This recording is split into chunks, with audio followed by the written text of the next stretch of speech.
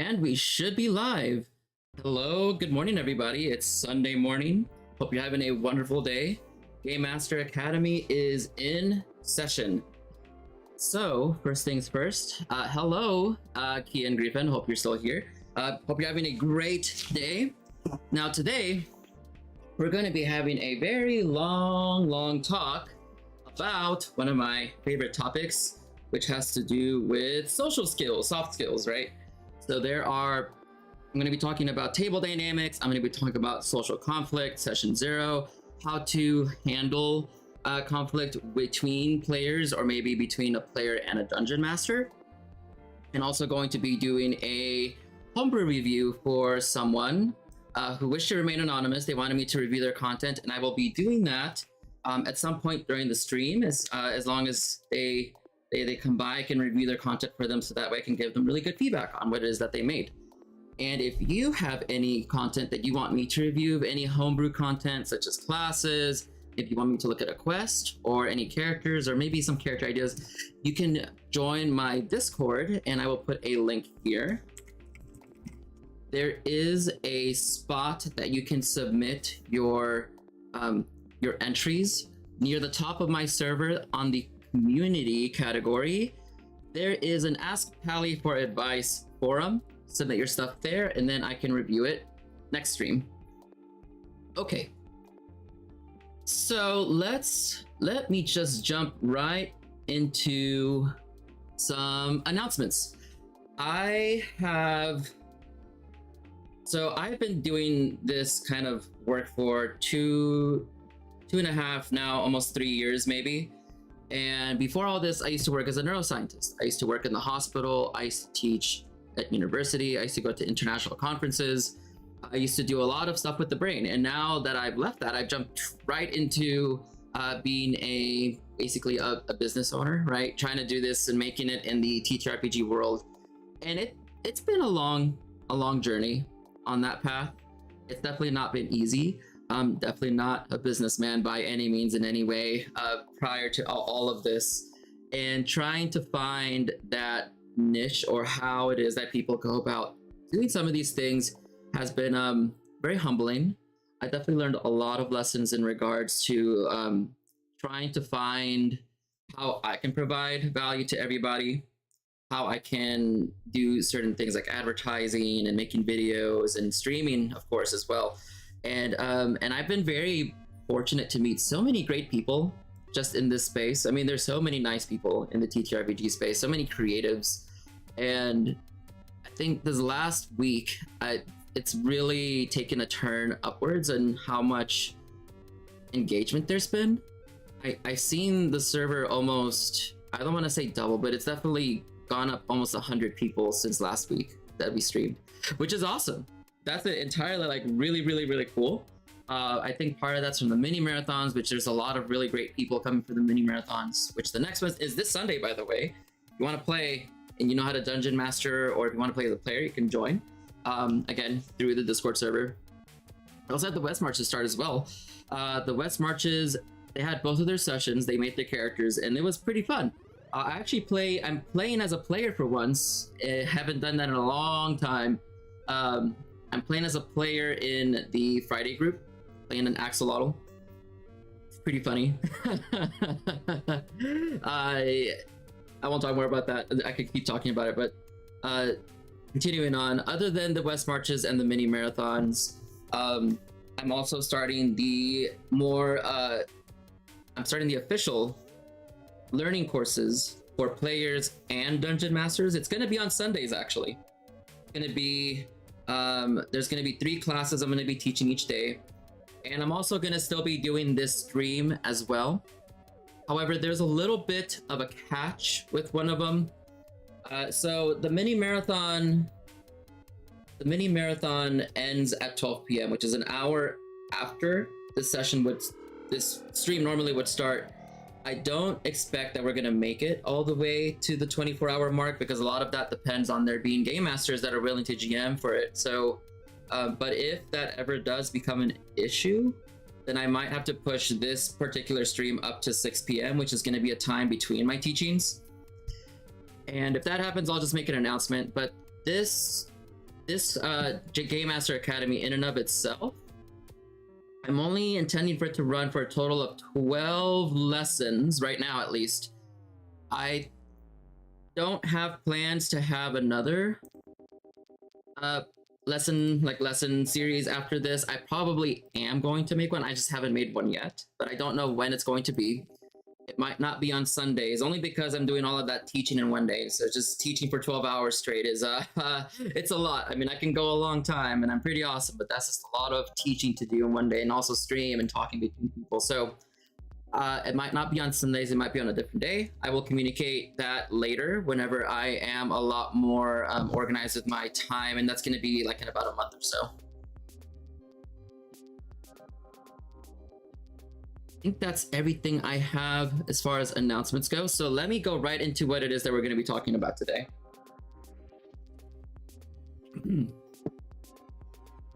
So today, I'm going to be talking about Session 0, such as expectations and playstyles and safety rules, table dynamics, different playstyles, culture across different generations, especially like Gen X, Gen Z, etc. How to foster positivity and inclusiveness in your game, and it's okay. The pitfalls of the new or learning dungeon master. So let's start from very beginning. Session 0. Hello, Buildwo. How's it going?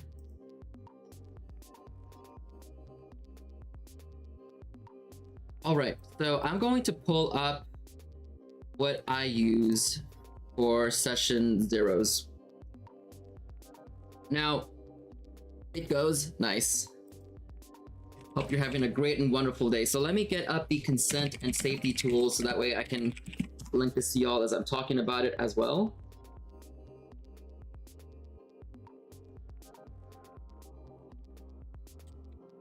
Here we go.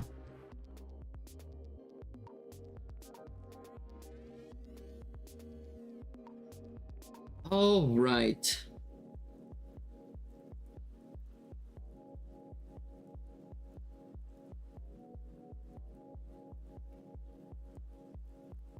Okay, so I'm gonna switch over my screen now so that way you can start seeing everything. Boop. Here we are, and you should be able to see my screen in at least to the width of it now. So, what is a Session 0? So Session 0 is whenever you and your players get together to talk about how you're going to play the game. You're going to establish limitations on what is okay, what is not okay to roleplay. You're also going to talk about content as well, about what content is okay and what content is not okay. And you're also going to, it's also a time to talk, for the players to talk with each other to see what kind of characters they want to make. You can make your character creation during Session 0. You don't have to, but you can. And it's also a time to go over what it is that the players should expect from you and your game, and that includes like how you GM, what kind of story. Maybe are you going to go for more of a narrative approach? Is it more of a combat approach? Hopefully by this point they might know that already, but it's good to reinforce that during your Session 0, and also how it is that you like to resolve conflict. So if there's trouble at the table, do you want them to talk to each other first? Do you want them to talk with you? And also it is a time for you to put out expectations of what you expect of the players. And so that way everything is very clearly communicated about what it is that you want, how you want to be communicated with, how you want people to communicate with each other, and what it is that you want from the players.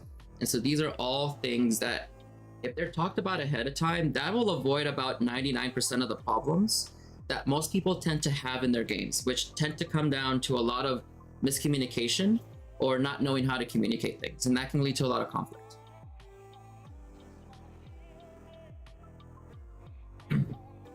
So I'm going to show you what it is that I have made for my groups. Before I even meet someone, let's start from the beginning. Before even Session 0, I create an intake form of information that I look for whenever I'm looking for players. So for example, Paladin's intake form.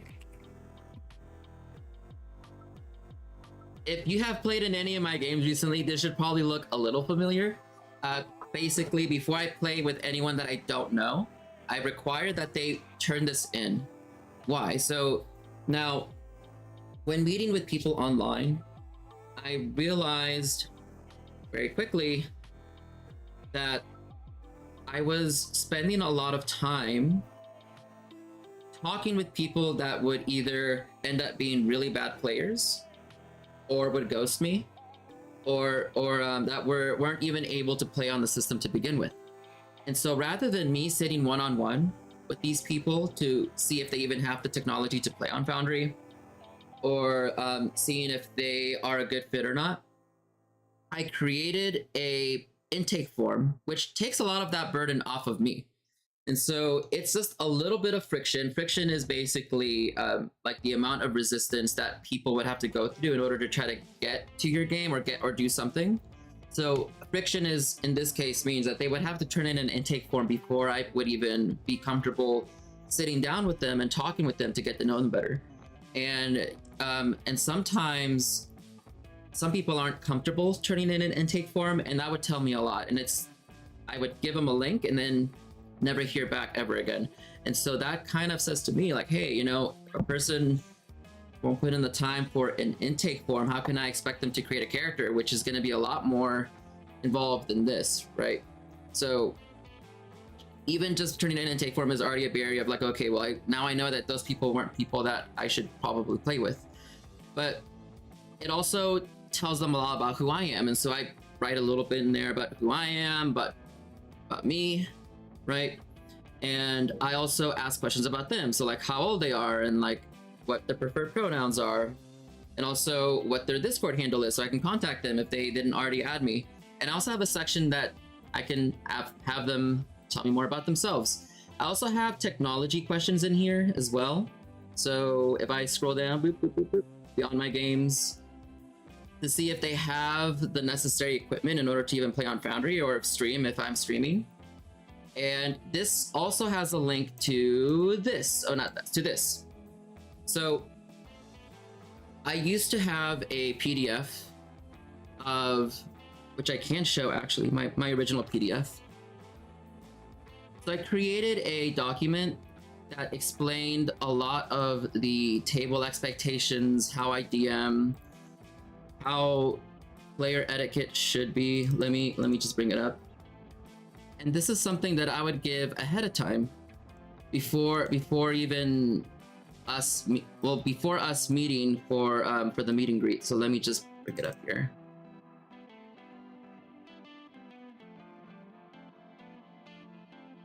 There we go. So this is a little outdated. This is an older form. It's back when I just started InDesign. But basically what I did is that I put together a lot of information so that players can understand who it is that I am. So I did a little bio about me. There's some pictures on me. And I also talked about safety tools on here. And this is all information that I would also use to go over again during session 0, because I know that people don't read everything you send them. But if I make every opportunity for them to be informed on how these things are, they can't then come later just like, hey, you didn't communicate that. Well, we did. I gave you a packet. It was in the intake form. I gave it to you personally. I asked you to read it. And I also went over it during session 0. So there were 3 opportunities for players to have been very informed on things before they happen. And then it's not on your fault that you didn't communicate that. It's on them for either not remembering or being dismissive and not being attentive.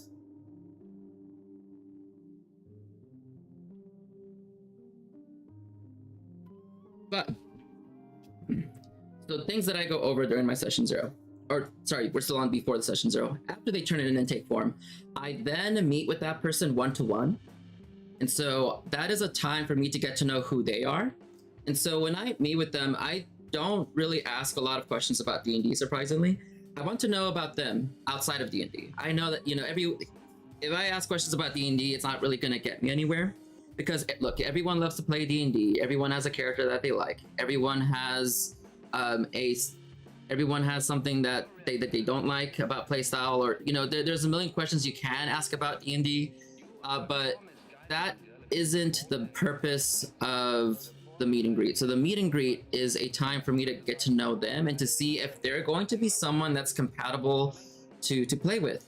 And so what I'm looking for is, in my games, is that, hey, are they someone that can carry a conversation? Yes or no? Like, if I show up to the meet and greet, or even if, can they even show up on time? Like, if I usually schedule a meet and greet like about 6 to 12 hours to about a day after they turn in an intake form. And I say like, hey, we'll meet here at this time. Usually it's on my Discord server out in one of the dungeon hangout channels, and I send them a link and I say, hey, I'll be waiting here at this time. And what I'm looking for, it's kind of almost a test in some senses. Like, if I say, hey, I'm gonna meet you here at this time, and they say, yeah, can you ping me? I say, no, I'm not going to, and then I might not even play with them, because if they require me to let them know when they need to be there, what am I going to expect from them when they have to show up for the game? That I have to ping them? If they can't be responsible for their own time, then I'm not going to play with them, most likely, because that's just going to be a lot of work on my end for something that they should be able to do themselves, which clearly they can't. So I don't meet with people that ask me that. And then also, if they don't show up, I don't give them a second chance. Unless they communicate ahead of time, and I do mean like well ahead of time, like, hey, this came up. And there's very few times that I've had people say that it was because of an emergency. And the ones that did have an emergency, like some of them did communicate ahead of time, some couldn't. But it's also really hard to know if it really was or not, because it's very easy for people to say what they want. So no matter if it's true or not, I say, hey, I understand. I can meet with you again in about 5 more days, and I give them that time, because I'm going to give time to meet with other people, because I don't know, and I can't prove if this person lied to me or not. So it's unfortunate if it was an emergency. There's very few times that emergencies pop up, and I will say that every single time that I'm looking for players, there are absolutely like a small bunch of people that miss the times, and just about every time they say, hey, we had an emergency. I really don't believe that 5, 6 people had an emergency on the same day. That's just, I don't believe it. I don't. I think more likely the cause is that they just are trying to find a way to not lose the connection. But because I can't prove it, I'm gonna give time for other people to get in first before I go back and talk with those people again. And I think that's fair. I mean, it's unfortunate if it really was an emergency, but but out of 6, 7 people, like, it shouldn't happen that frequently, I would think, right? So, and I've never in my personal games ever had an emergency happen in the 11 years that we've been playing. Ever. Like, never during the game, or like right before. Like, it's not really happened. So, and in my life, I've never really had emergencies like that either. Like emergencies, like having to go to the hospital, like house is on fire, someone's dying, real things that you have to call 911 for.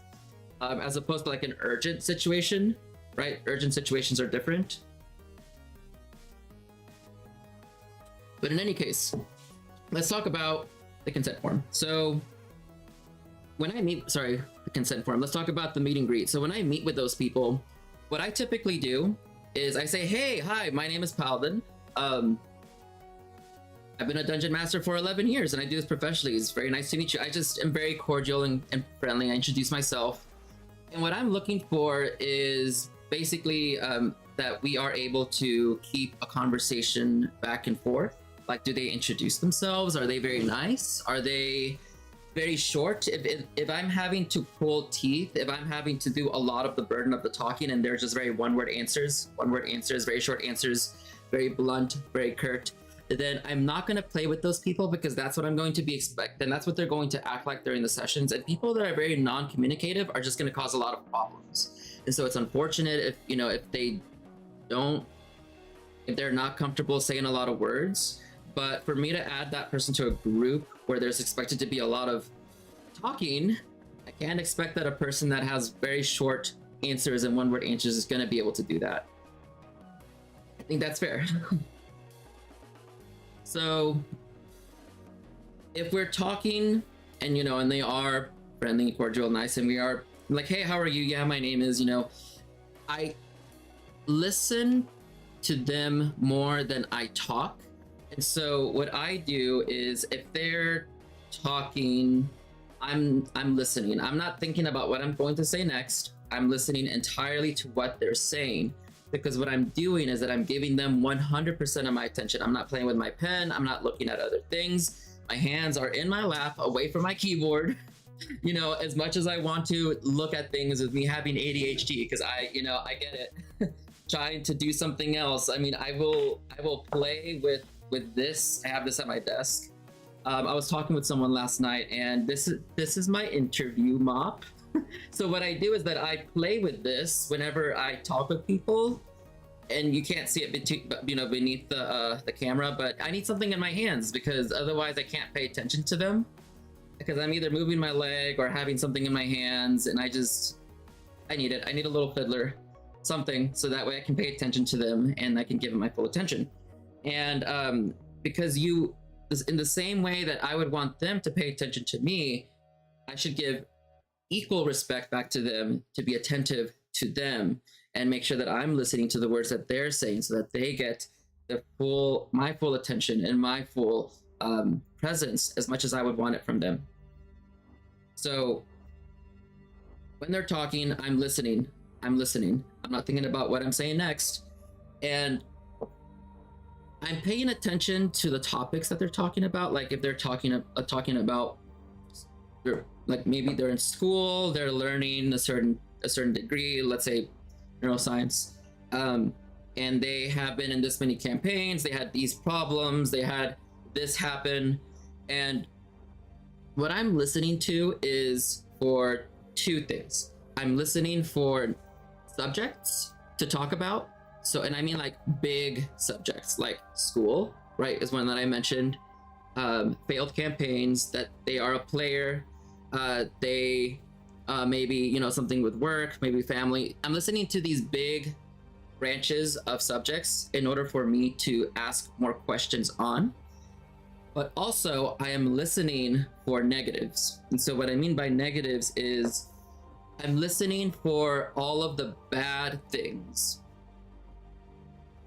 that have happened before we have talked about, which is a red flag. And so let me talk about the red flag before I talk about how to expand on the subject. So the red flag of people saying a lot of negative things, for example, like this. Yeah, so my last dungeon master sucked a lot. The players were just really rude. I was trying to play my character, but they just wouldn't let me. And so like I thought, I tried to tell the DM that my homebrew ATL was great, but I just think he's just very like not a good dungeon master, because he's only been DMing for a year. So I think because of that, he wouldn't give me my homebrew race or my homebrew class, even though it was balanced. But it's fine. He just doesn't have that much experience. And also like the players were all really mean. Like I was just trying to go in and I was coming in with my kobold and I was just trying to be really peppy and nice, but none of them wanted to talk to me, and and they just kicked me out. That told me nothing about the person, and it told me everything at the same time. So one, the way that they talk about other people is how they're going to talk about you. Keep that in mind. So if they're talking about people they played with before in a bad way, don't play with them. Because I can guarantee if they leave your table, they're going to rub your reputation in the dirt. Absolutely. You don't need that. You don't need people having to misuse your name. You don't need that. And the way that they disrespected that other person, they're going to disrespect you too. Absolutely. And it's unfortunate, but it is what it is. But if they are not talking bad about other people, but they're just clinging on to a lot of negativity. For example, like, hey, I got kicked out of this many campaigns, and I got kicked out of 5, 6, 7 campaigns. If they're being kicked out of a lot of stuff and they're talking about it, there's one common factor there, and that's them. So just keep that in mind. Red flags, right? So, but other than that, if they're talking about how things suck, or stuff at work is just really bad, or how terrible the weather is, or how they are not good at something, and ever talking about any positives and their mind is just constantly in the negative, it's a red flag. Me personally, I don't want to play with people that are very negative. I want to play with people that are very positive, that are very optimistic, hopeful, because those people tend to be a lot more collaborative and a lot more enthusiastic. I'm not saying that people that are negative can't be great players, but more often than not, in my experience of 11 years, people that are very negative tend to detract and take away a lot more from the game than they can give, because that's what a negative is. A negative is taking something away. And those players often tend to be a lot worse than having no player at all. Because, hey, -1 is still less than 0.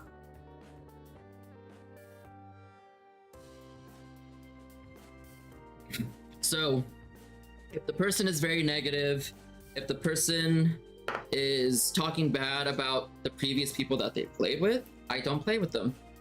I say, hey, you know, I will often just be very respectful and trying to end the conversation, and I will tell them, you know, I think I'm gonna have to pass for now. And if they ask why, I don't.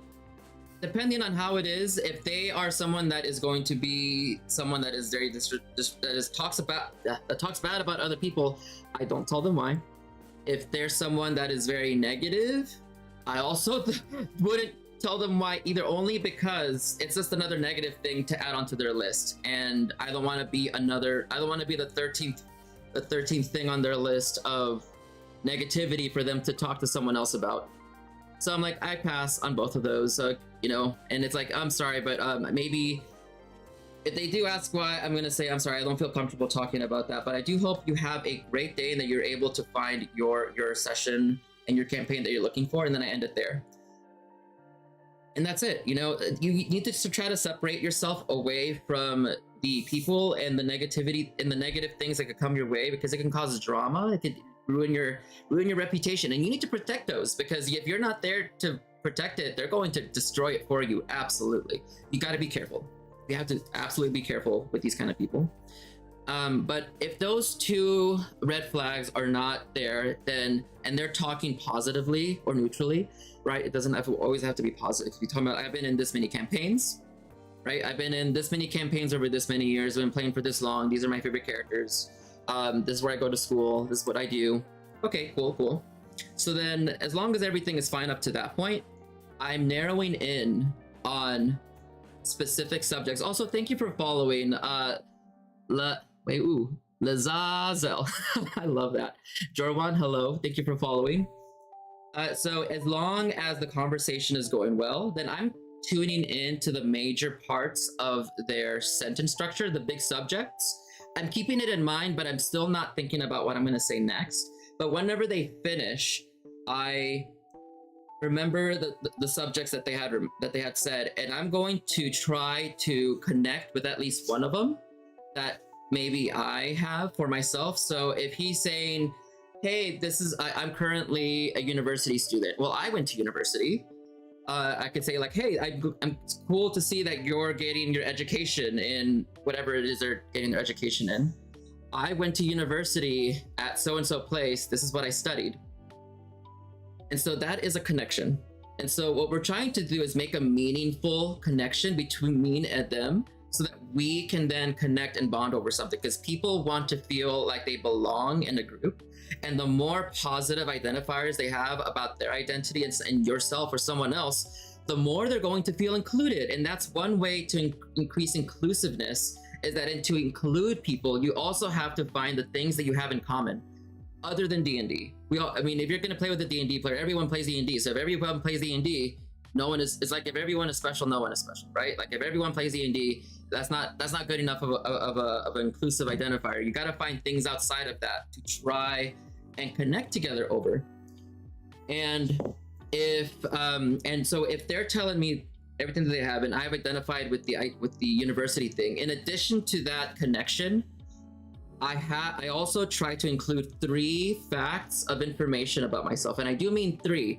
You can include more, but the reason I'm going to throw 3 facts other than university is because I want to throw as many lures of possible things that they could grab onto for them to talk more about themselves. so this is a period for me to try and get to know them, and for them to get to know me. People love talking about themselves a lot. I mean, people do. I mean, I think that people are fucking fantastic. People have a huge life story of what they've done. And it's very easy for you to interview or get to know someone by just seeing how it is that they talk about certain things and what it is that is important. And that'll show you what is important to them. And that is like an indirect way of getting to know someone. But basically, my whole point of me being in this interview, being in this conversation with this person, is for me to understand who they are and how it is that they think, and how it is that what I'm going to expect for them at the table. And so let's say that they threw the university thing at me, right? So I'm gonna say, hey, yeah, I went to so-and-so university to study neuroscience. I used to work in the hospital. There you go, that's the subject. I used to work in the hospital. I used to, help teach other people about the brain. And, and I think that that's really cool. And in addition to that, I also worked in the military. I worked in the Marine Corps as an instrumentalist. I played the saxophone as a professional musician. So they know now that I worked in the hospital and I taught in the hospital. I was in the military and I was a professional saxophone musician. 3 things, right? And so then I throw that to the other person, and now it's the other person's turn. It's like you're playing ball, right? Like if I had the ball, like they just threw me the ball, now I gotta throw the ball back. And so I'm throwing it back to them as much as I can, and I want to throw it back so that the burden of conversation is more on them. I'm trying to throw it onto them as much as I can. And so then they could just take it from there. But it's just this back and forth and back and forth. And if there is something that I personally love a lot, for example, if they connect on neuroscience, or if they say they work in the hospital or in a lab, I get excited just personally. So if it's something that you're just genuinely interested in, then show that, because that's just a very genuine connection right there. And if there is something that you don't like, don't say anything. You don't have to let everyone know what your dislikes are. And especially if you just met someone and you don't know them, you don't know what's going to happen after the conversation is done. So you can't trust everybody with everything. And so keeping the bad things to yourself is the best thing you can do. And maybe when you get to know people a little bit more, I think that's the best time, or a better time, to talk about negative things. But right when I meet someone, I don't talk about negative stuff with people. There's just no good outcome to it. For example, if someone talks with me about, hey, what do you think about AI art? Then I give a very neutral response. I think that AI art has a lot of controversy nowadays. I just talk about facts, nothing about me, because it's not something that could go over well, especially if I don't add them into the game. So if I said, hey, no, I don't want to play with you, and then they have all the information, what are they going to do with it? I don't know. I don't know that they might or might not be a vengeful person. I don't know if they might or might not take that and then try to spread it around for whatever. I don't know. And either would you. They're not going to tell you, right? So you got to be very careful about what information you're giving about yourself to people, especially people that you've never met before. So, and this is like something that you have to do to protect yourself, especially if you're a professional dungeon master. Remember, you're doing this in the professional space. So the worst thing that they can do is to grab all that information that you just gave them and wildfire spread it around the communities about you. And I have seen that twice. It's not good. It's not good at all. And there are people out there that will do, so you have to be careful. So now that I'm talking about all these bad things that could happen, but more often than not, the conversations, 90% of the time, they tend to be really good. But it's the 10% that really is a major problem, because those things will hurt you. And we already have enough problems in our life. We don't need other people adding that to it too, right? So just have to be careful. But so long as the conversation is going well, and we get to the end and we're talking about stuff for a while, then after like 10 minutes, I talk about D&D. But if they try to talk about D&D early, I try to just bring it out of D&D. But my timeline is try to talk at least 10 minutes without talking about Dungeons and Dragons. And if we can't, and if they're really wanting to talk about D&D, then I'll switch it over, because I can always go back and talk about them more afterwards as well. But we can switch into the D&D, and basically how that goes is I would start asking questions, the big questions. How many campaigns are you in right now? If they're in more than 2 or 3 campaigns and they're working a full-time job, especially if they're working a full 1 or 2 jobs and they're also going to school, there's no way that they're gonna make time for your game. They're gonna drop out frequently, and they might even drop out altogether, right? So playing with people that play in a lot of campaigns is a red flag. And then I also ask them, well, what do you think about your previous campaign? I'm directly asking on their perspective of, especially if it's a campaign that they were kicked out of. Like, what do you think about your previous campaign that ended? Were they kicked? What do they think about that? I'm listening to that and I ask questions on it. Like, oh, you were removed. Like, what is it that happened? Well, this happened. And it doesn't have to be a bad thing. It could have been that, and I have had people that actually fully take responsibility for why they were kicked. I love those people. That's like green flag for me. As much as I'm looking for red flags, if a person admits to me that they were removed from a campaign and they knew why and they made efforts to fix the problem, that's like a gold star for me, more than anything else. People that can keep themselves accountable and know when and can say, hey, yeah, I fucked up, are really hard to find. And they're putting themselves in a vulnerable state in front of me, and I'm not a person that will ever say anything about their stuff to anyone, ever.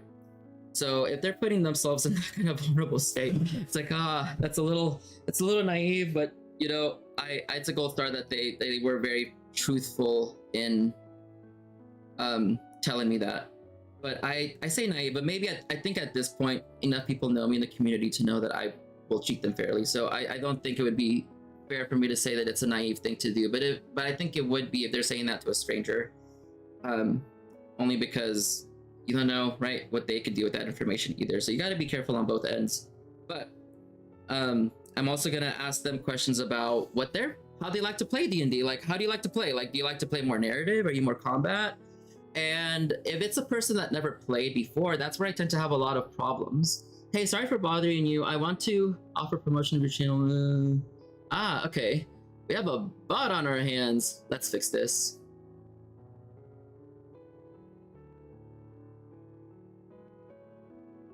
Die. There we go. All right. But if I am... Where was I before this?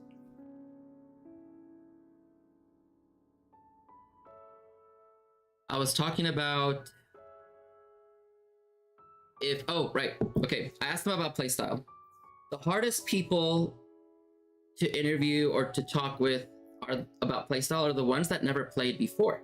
So how do you know what playstyle they're going to have? And what I would do is ask them questions about things that would kind of relate to what playstyles are. And if you're not sure what a playstyle is, it's kind of almost exactly what it sounds like. It is a way that people play a game. It's also can be a way that people dungeon master a game, which there are different dungeon master styles. So I would ask them, okay, like if they never played before, do you play video games? Yes. Okay, well, what kind of video games do you play? Or if they say no, I'd be like, okay, well, do you play any other games? And hopefully, most times the answer is yes.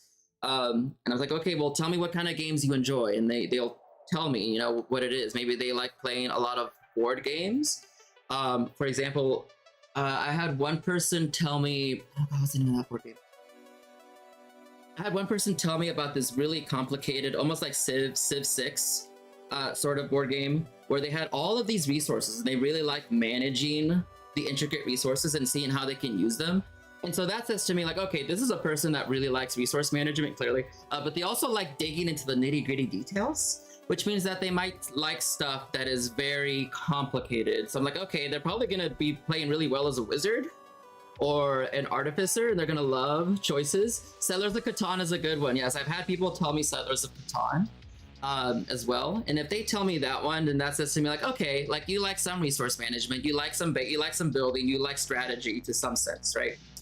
And so you're listening to what the main interests or the likes of the various games are, and you're gonna get to like a game style or like a play style of what it is they enjoy. And you can also take that in so that you can understand what it is that they like. And so if I've had people that really dig far into a specific category or a theme. For example, when I was playing back for, I was running Spelljammer, I would get a lot of people that were very interested in sci-fi. And so they would give, whenever I did have people that didn't know what they played, they would give me things like that they played like an Alien Predator game for a video game, and they like all these like sci-fi games. They like building games like Factorio, for example, Factorio, probably saying it wrong. And I'm taking all that information in to try to understand like, okay, like if I put this person into my game knowing this, what am I going to expect would be the things that they would like most about Dungeons and Dragons? So I'm trying to connect the two without them having had played before, so that way I can understand what their playstyle is. And so if they're a person that plays Baldur's Gate 3 and they say they love it for the story, then you know that they're gonna love they want more of a narrative game. And I'll talk about generation things here in a second, as it's relative, but I'm taking all that information to understand how do you want to play D&D. And once I know that, that will tell me a lot of information so that I would know, okay, is that play style going to be a good play style to apply to my game?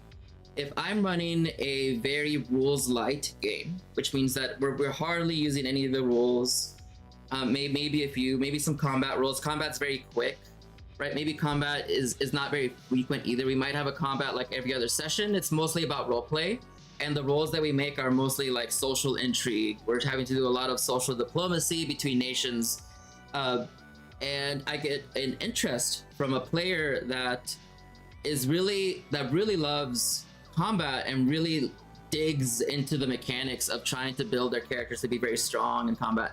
Well, those aren't compatible because we're not going to fight enough, and I'm not going to be able to satisfy their want of feeling strong because it's hardly going to come up. That's a little bit of an extreme example, but if I was to give a more frequent example, I would say for my Rapinatic, my Monday game that I stream, right?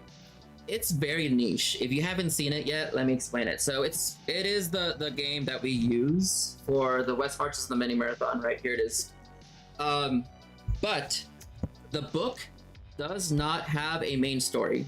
It doesn't. It's a sandbox game with a bunch of adventures you could do. There are stories, but there's nothing that connects all of it together other than it being in the same location overall. And so if this person is wanting to join the Mini Marathon or the West Marches, and they need a major narrative, it might not work. And I've had that happen actually rather recently, where I'm very forward in saying, hey, this book doesn't have a major narrative. Instead, the players are the ones to decide what the narrative is. It's a very player dependent, player burdened game where the players get to decide what the story is, because the players make the story. I mean, the thing is that there are stories here, and the players are the ones to interact with those stories and then decide what it is that they're going to do overall. And so that might include things like, yeah, we're going to unify all of Rapinatic. That was something that people tried to do, but with a cult, they tried to unify all of Rapinatic with a cult. That's fine, you know. And in this game, we just barely started, and so I don't know what they're gonna do. But for the next mini marathon, they have the option of potentially creating a army of commoners flying on giant bees. So we'll see what's gonna happen. That was one of my mistakes, not checking how much political intrigue my players wanted. They were more combat focused, you know. And this is a good time to do that. Like, you need to know what your game is gonna be like before you start looking for players. If you don't know, then you need to ask those questions to yourself. What kind of game am I gonna run? I mean, you probably are gonna know what kind of theme. Is it gonna be high fantasy? Is it gonna be sci-fi? Sure, you mean that's the easy ones, but what are they gonna expect? Are they gonna expect to play in a game where they have to go through a mega dungeon? Mega dungeons are their own topic altogether. I could talk hours about that one. But are they going to be going in a very political situation, or is it a lot of dark fantasy with vampires? Like if you're playing Vampires the Masquerade, that's like about that level of social intrigue for that. And you need to know this stuff before talking with people, because if they want something that your game cannot provide, that's not a bad thing. But it will be bad if you promise to give them something and you can't, because your game is not built to be that way. That's when it becomes a problem, because they're gonna not be happy about the playstyle. They're going to be misled about what they expected the game would be, and they're gonna leave your game. It's like dating, right? You're trying to find out. You're basically dating in this sense, to know someone, to see if you're gonna be in a relationship with them. It's kind of a bit weird maybe to relate it in that way, but it's similar, right? You're getting to know someone to see if you're gonna play together. You're gonna spend a lot of time with this person. You're gonna hope for this person to be there for a really long time. So why wouldn't you invest a lot of energy up front to make sure that this person is the one that you want to be with you for 6 months, maybe over a year? It just makes sense that you try to find the people that you think would fit best into your setting. And it's not bad to say no to people if they don't, because, you know, and if the playstyle doesn't fit, it just doesn't fit. So don't try to fit a triangle into a circle when the triangle won't fit, all right? Or I'm thinking about the square hole girl. Where does the rhombus go? That's right, the square hole. Yeah, you know, and this kind of takes me to my next topic. There are people that can fit into your game, that even if their playstyle does not match entirely. It only has to match partially, but if it's perfect, if it's a perfect match, great. But it might not always be a perfect match. There's many different ways of playing Dungeons and Dragons. The best games are the ones that can satisfy many different playstyles without taking away from any single one of them, and that also provide a wide range of possibilities of quests and also themes that the players can engage with. That's how I run my games. Oh, thank you for subscribing, Leslie. I really appreciate that. And so how I oh, look at all those emojis. So how I basically run my games, or how I build my games. And so right now I'm starting a West Marches for the Indigo Isles. The Indigo Isles is this very silly tropical adventure. I can show you like somewhere here. It's this very silly tropical adventure that has a lot of different animal characters. Oh, where did I put it? Oh, there it is. Aha. See, here's the zoo of the Indigo Isle. So this is a setting by Battle Zoo. I really love it. It really explains my personality. It's got a lot of tropical characters, a lot of races on them. See? And it's a very cultural, fun, comfy, slice of life sort of setting that also has a lot of danger, pirates, undead, treasure, mysteries. And so I'm running a West Marches in this. It is a professional paid adventure, so I'm not trying to shill here. I'm just saying as an example that I am creating an adventure right now that's supposed to be attentive to lots of playstyles, because the thing about West Marches is that they're supposed to have a lot of players.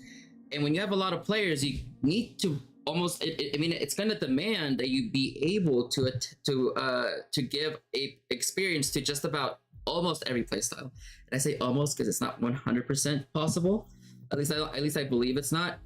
But and if you guys want to join, talk to me. I'm chilling. Sorry. So I'm going to continue with my Indigo Isles example though, because it is still relative. So me in this sense, there are, I guess, let me explain generations before I talk about my Indigo Isles. So there are different generations of people that play D&D.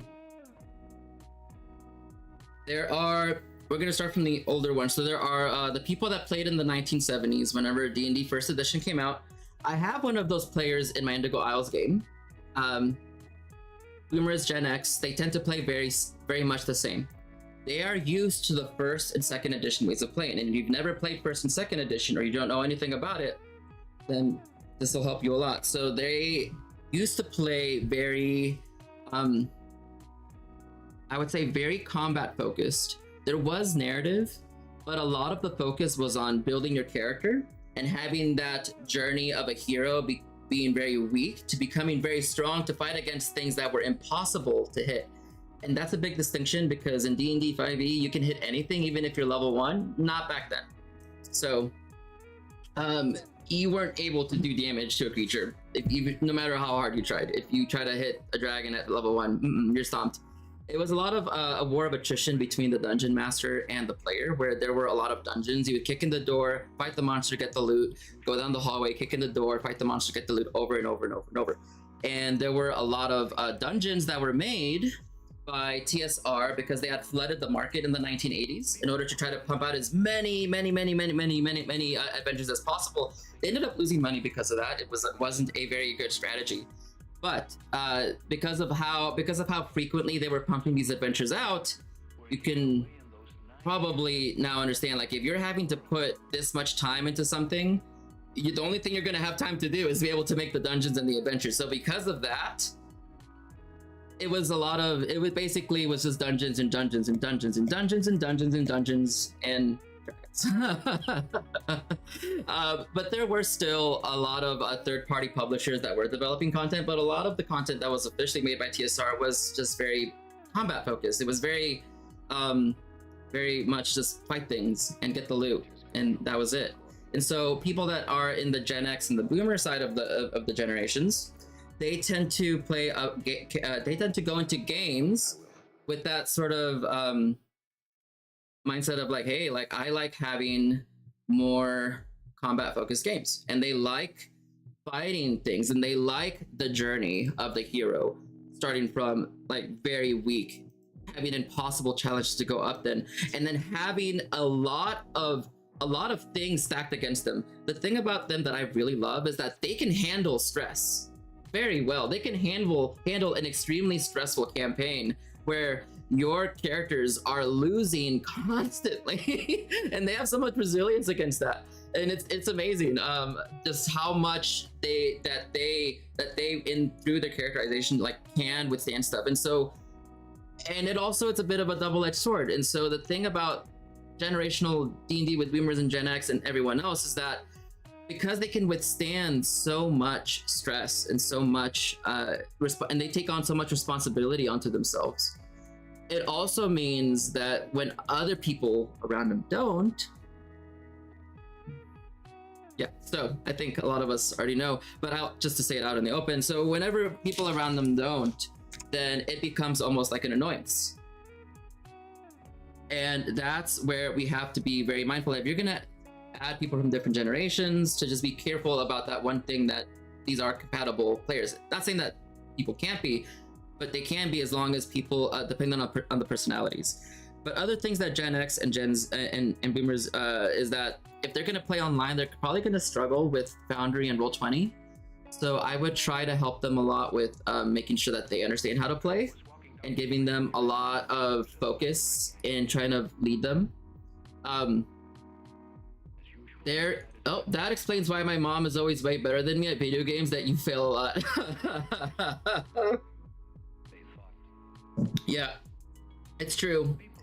Now, the one major flaw I will say is that this generation is very bad at admitting whenever they don't know something.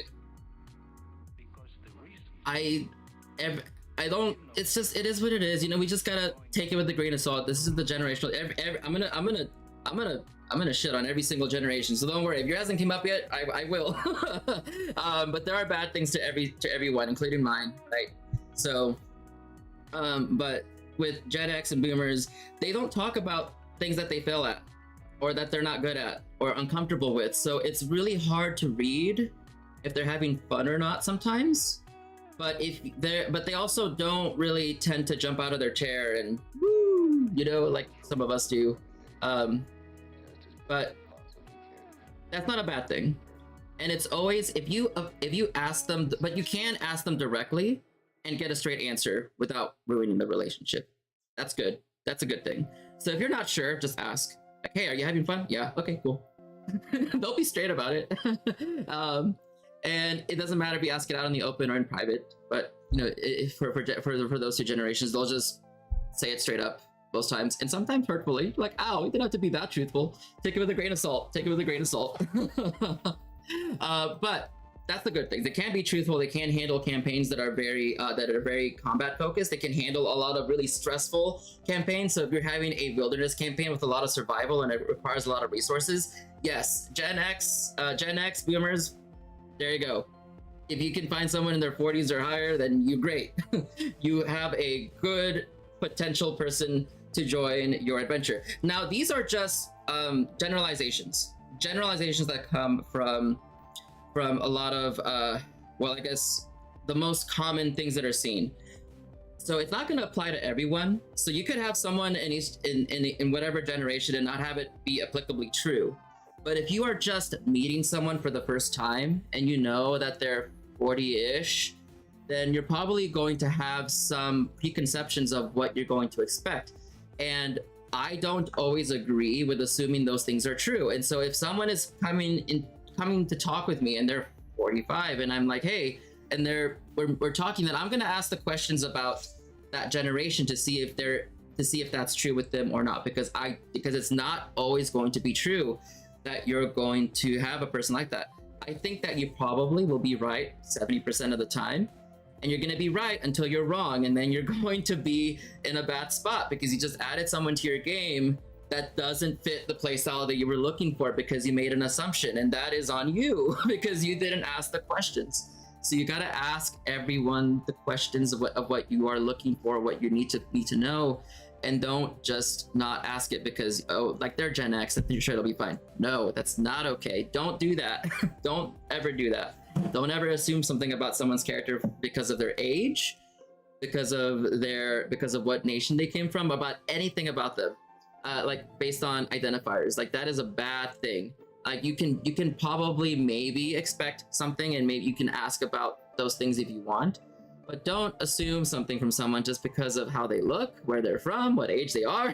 None of that. That is not okay. So what I'm talking about with these generational things are just things to expect, but don't assume. You always want to ask about it. So I definitely do not support you taking what I'm saying and then not asking the questions. Definitely do ask the questions and only take what I'm saying as to be a generalization, so that if you are looking for certain playstyles, you're going to want to look in certain places for these playstyles. And I'll explain that in a minute. Whoa, how to do that. But Boomer, Gen X, now the next one, Millennials. So Millennials, I love you all because I'm a millennial myself. So we all are a little bit dead inside. We all had that hope of things were going to be this great place, and it didn't. Well, it didn't. It didn't. So a lot of us, whenever it comes to D&D, we were there for the rise of it back in 2014. So a lot of us were there for the beginnings of Critical Role. We're there, before Dimension 20, and we got to live that hype of having the start of a golden age blow up. And so people that are millennials and playing D&D, they tend to be very they tend to have a lot of really high aspirations in the game, but will often burn themselves out. And so I see that with Dungeon Masters quite frequently. Like there's a lot of like, hey, I'm gonna put a lot of attention and focus and energy into this and hope for the best. And whenever things don't go the best, it could either go one of two ways. They're either going to drop or they're going to keep going, right? And so with millennials, I also get a lot of people that are very roleplay intensive, but not as roleplay intensive as Gen Z. And so Millennials tend to play more half and half. Half roleplay, half combat. That's pretty common with millennials. They also are pretty good at handling the virtual tabletops as well. And so you can expect, yeah, just pretty much half and half with generation, well, with millennials. Now with Gen Z, Gen Z tends to be 75 roleplay, 25 combat, or 90% roleplay, 10% combat, or no combat at all. They don't like combat. They don't like complexity. They don't like the they don't like to have nitty gritty. Millennials, sorta. I mean, like, you can add like mechanics. I can't expect to like that they would be okay with that, but half would be okay and half wouldn't. Whereas with Gen Z, they tend to be a lot more on the narrative side, absolutely, and like very little combat. In terms of like reading capability, now Gen X and Boomers, they'll read. You give. If I was to give this book and give it to a millennial, half and half would read, half probably couldn't. If I give this to a Gen Z person, then they will either do one or two. Either they'll say, hey, can you give me a condensed list, or can you give me just like a video that I can look at that basically cuts down this 500-page book into like 5 minutes. And that tends to work a lot better. Gen Z is very resourceful about having shortened information so they can get information fast. Millennials are still kind of okay with having like textbooks and having long bits of information that even if not every single word is as concise as it should be. But for Gen Z, we need to, it's better to give them condensed, just what I need to know information rather than throwing a textbook at them, because it won't work most of the time. And that's okay. But these are the different things of different generations. And so whenever I'm talking and interviewing with people, I need to keep those things in mind, and also need to keep in mind what it is that my game is trying to provide and who it's and what it's meant to be for. So in my game, if I'm trying to make like a game that is very much for everyone, I need to give every chance and opportunity for people to have roleplay and combat to whatever degree that they want to have it, right? And so back to my Indigo Isles. So in my Indigo Isles game, I have it in a Westmarch style. All of the adventures they can go on are available from the start. There are multiple main story campaigns, and there are areas that people can go to fight things. So they want to fight. There are monsters that they can go and fight. There are dungeons they can go to. They're not part of any sort of main story at all, but they do have benefits of going there, such as getting loot or getting certain items to craft with. But there's also the roleplay side, which is the main story, and also there is a king and queen, and there's multiple cities. So if people really want to engage in seafaring and pirating and all that, they have all of that available to them from the beginning.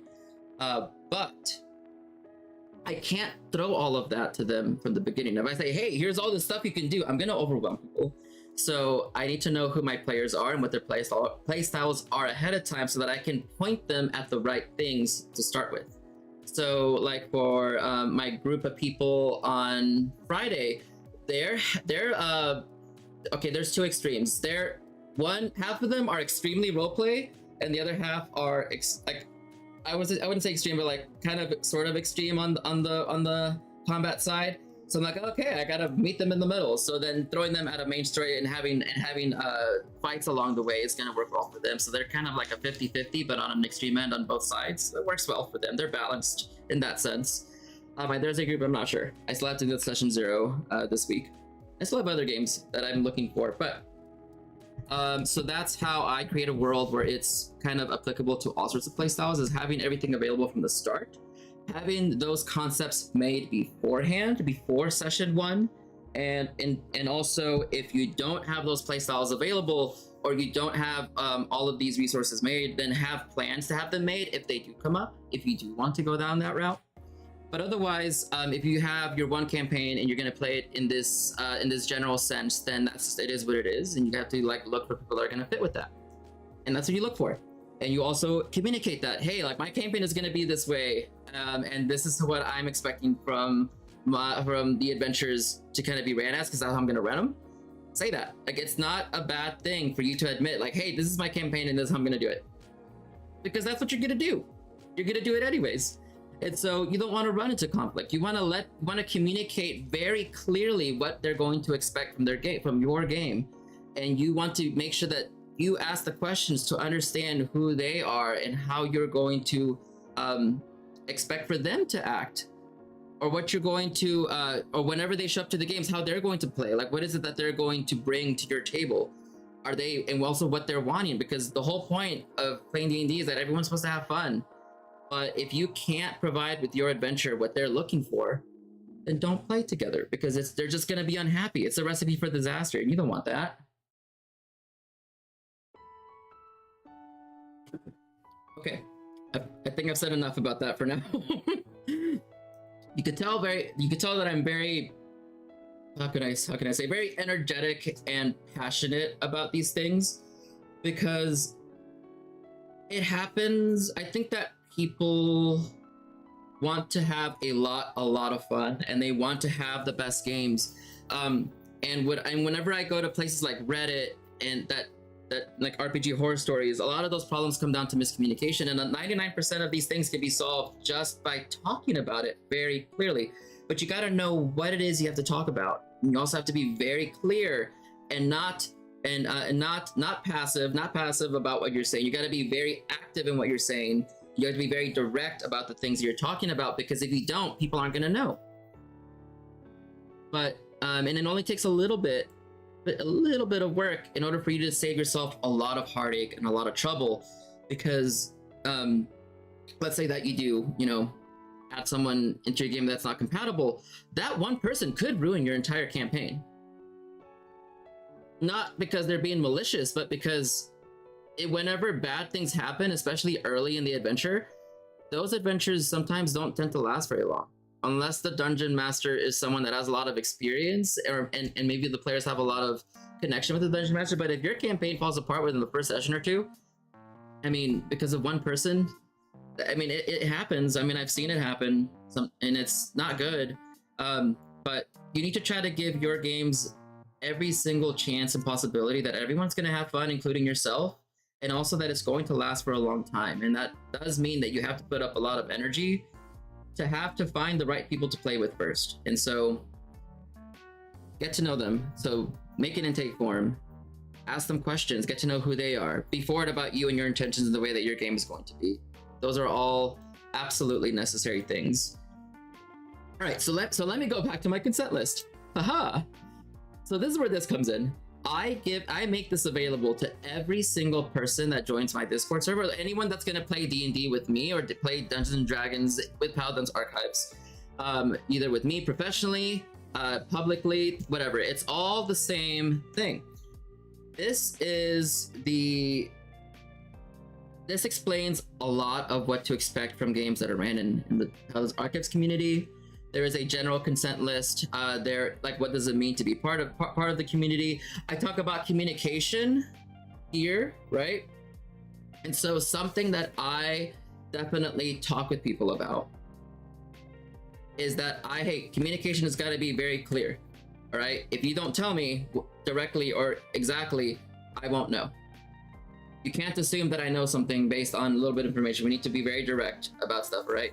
And we also have to be understanding that, if there is a misunderstanding, or maybe we didn't quite get how something was, that's just, that's okay. That's normal.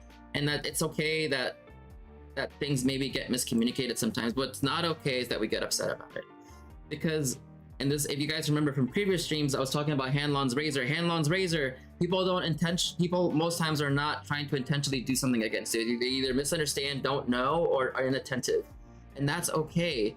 And it's okay if people maybe forget stuff, because people forget things. That's just the thing about being human. We're prone to errors, but it's not okay to blow up over it, because it's not. I mean, there's no reason to get mad over like little things at all. Like, people are gonna forget stuff. People might misunderstand something, and just, you know, fix the misunderstanding and go forward from there, and that's it, right? But some people can't handle that, and so you just have to have those conversations about like, hey, like, I'm sorry, I didn't mean to miscommunicate. I think that maybe this is a bit of an over exaggerated response, maybe, and then you have to consider from there that if you have a person that blows up, that maybe not to play together. But anyway, when resolving conflicts, we are not pointing fingers for blame or are harassing or bullying others. Like, I definitely am very much a person of trying to maintain culture. And I know that a part of this stream is talking about how to maintain inclusiveness and positivity. You maintain inclusivity and positivity by reinforcing your standards, period. If you can't reinforce and stand up for your standards, you're gonna let this slide, you're already failing at making an inclusive, positive, and safe place. The only way you're gonna have that is that you need to be the person to put your foot down, to be like, hey, this is not okay behavior. And if you don't, then you're not gonna be able to have that kind of culture. And the thing is that whenever you start doing that, whenever you start respecting your values more and you start defending them, because no one is gonna do it for you. Only you can do that for yourself. But whenever you start maintaining your values and what you want for your culture, in your game, in your community, and you start putting your foot down, other people might not like that. I had that happen in Paladin's archives, and I had to give those people an option. Either you're going to be okay with having a positive location where we do not treat people in this way, or you can leave. Some of them stayed, some of them left. And because I'm not going to talk about what exactly happened, but I am very much the person at the top, that I'm the one that has to maintain the culture in this community, in this group, in this whatever it is. And if I don't, no one else is. And so the culture of the community is only going to be defined in the way that I treat other people, actively treat others, not in what I say, but in what I do. But if other people are doing things that are contradictory to that, then I have to decide then if I'm going to be continuing to associate myself with that or not. And I need to communicate that with that person, like, hey, this is what happened. This is not okay here. How can we fix it? And if it's fixable, great, then it doesn't have to repeat again. But if they're not wanting to change, if they're saying, no, I don't agree with that, then they have to leave. Because the worst thing that you can do is to be tolerant of someone that is disrespecting the way that you want the culture. If there's someone in your server that's disrespecting someone else for using pronouns, and you let them stay in the community, then what does that say about you? Are you making an inclusive place at that point? No. So you have to maintain the standards, period. And that's the part of a dungeon master, is that in your table, you also are a natural leader, is that you are the person that's going to have to decide who's going to be in your game or not the other players. You're the one making the decision. So be responsible and take that responsibility, because you are the person that's going to be pointed at whenever things go wrong. Because it's your game, and you're the one that has to be the one to know when to not allow certain things, and you have to communicate that. So communication, like in my server, is very important. I don't condone bullying. I don't condone anyone that's going to mistreat, harass others.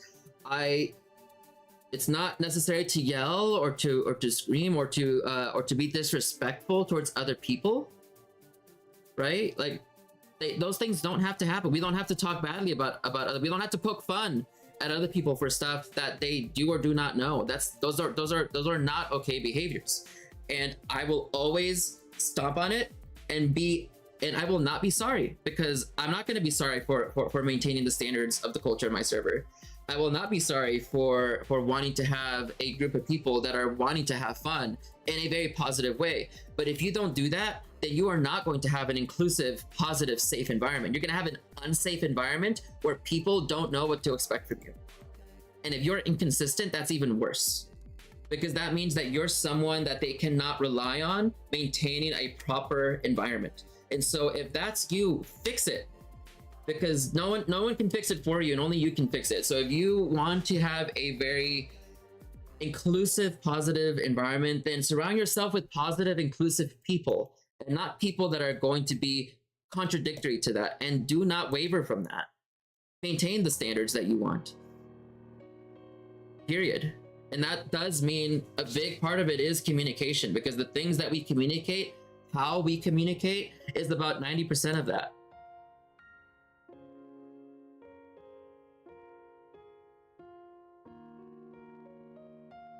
And also that does include failure to communicate. In my games, the people responsible for communicating is everyone. If there is a problem, if I am having a problem with someone, I'm responsible for communicating that, not them, because I'm the one that has something to say about it, or I feel some way about it, then I need to talk about that. But if I don't, if I am avoiding the conversation, I am the problem. Avoidance is not good, and avoidance tends to happen in a lot with avoidance tends to happen most in cases where people have a lot of social anxiety, and also whenever the environment or the people that they are surrounding themselves with have proven to be people that they can't communicate with because they've proven to be either dismissive, which means that they're not going to care about what the person says, so why should I try anyways, or they act in a way that makes it so the person doesn't know how they're going to act if they're inconsistent in their behaviors. Like, are they, especially if the person has gotten angry, if the person was very punishing and negative instead of being patient and calm and understanding, then of course I'm going to be avoiding it, because I don't want to talk with someone that's just going to yell at me or make me feel worse. Why would I? So, but if you have every single thing correct, if you have a location that's inclusive, that's open, where communication is okay to be said aloud as long as it's respectful, and you yourself are known to be someone that can be talked with, and this person avoids talking about the problem, that is a problem. Because there's proven evidence that things would be okay if they just said something, but you can't fix something that you don't know about, right? And so then what's going to happen? So this is something that's very hard to identify, and I really wish I had some great examples of this, and I do have some ways you can identify this, but it's called bleed. So bleed is whenever you hold on to something. It's like if you were to get cut and it bleeds, but the only way to heal the wound is to talk about the problem that caused the wound. But if you never talk about the problem, it's just going to continue to bleed. And the thing is that, let's say, let me bring a realistic explanation to this. So if I am playing with a group of people, but I don't like the way that I don't like how this person keeps talking over me during the session, and so I'm trying to say something, and then they start talking over me, and then I never get back to it. And so I just sit there. I'm like, did they just like not hear me, or did they just want me to not talk? And so I just sitting there in my own thoughts, and so then I start to bleed with that negativity. And so and then if I don't talk about it, and then I go to the next session, everyone else thinks that everything is going fine, but I don't, because I'm having a terrible time. I keep being talked over. And so then I get to the next session, and guess what? That bleed gets even bigger. So now I start to bleed more. And so what happens is that so many sessions, that scar gets bigger and bigger and bigger and bigger. Then I have a gashing wound of blood that's coming out, metaphorically, of pain that I have within me. And then I have to, then what's going to happen is that I'm going to explode. I'm going to either leave, or I'm going to say something, and it's not going to be very nice. It's going to be, because I have a lot of negativity to let out.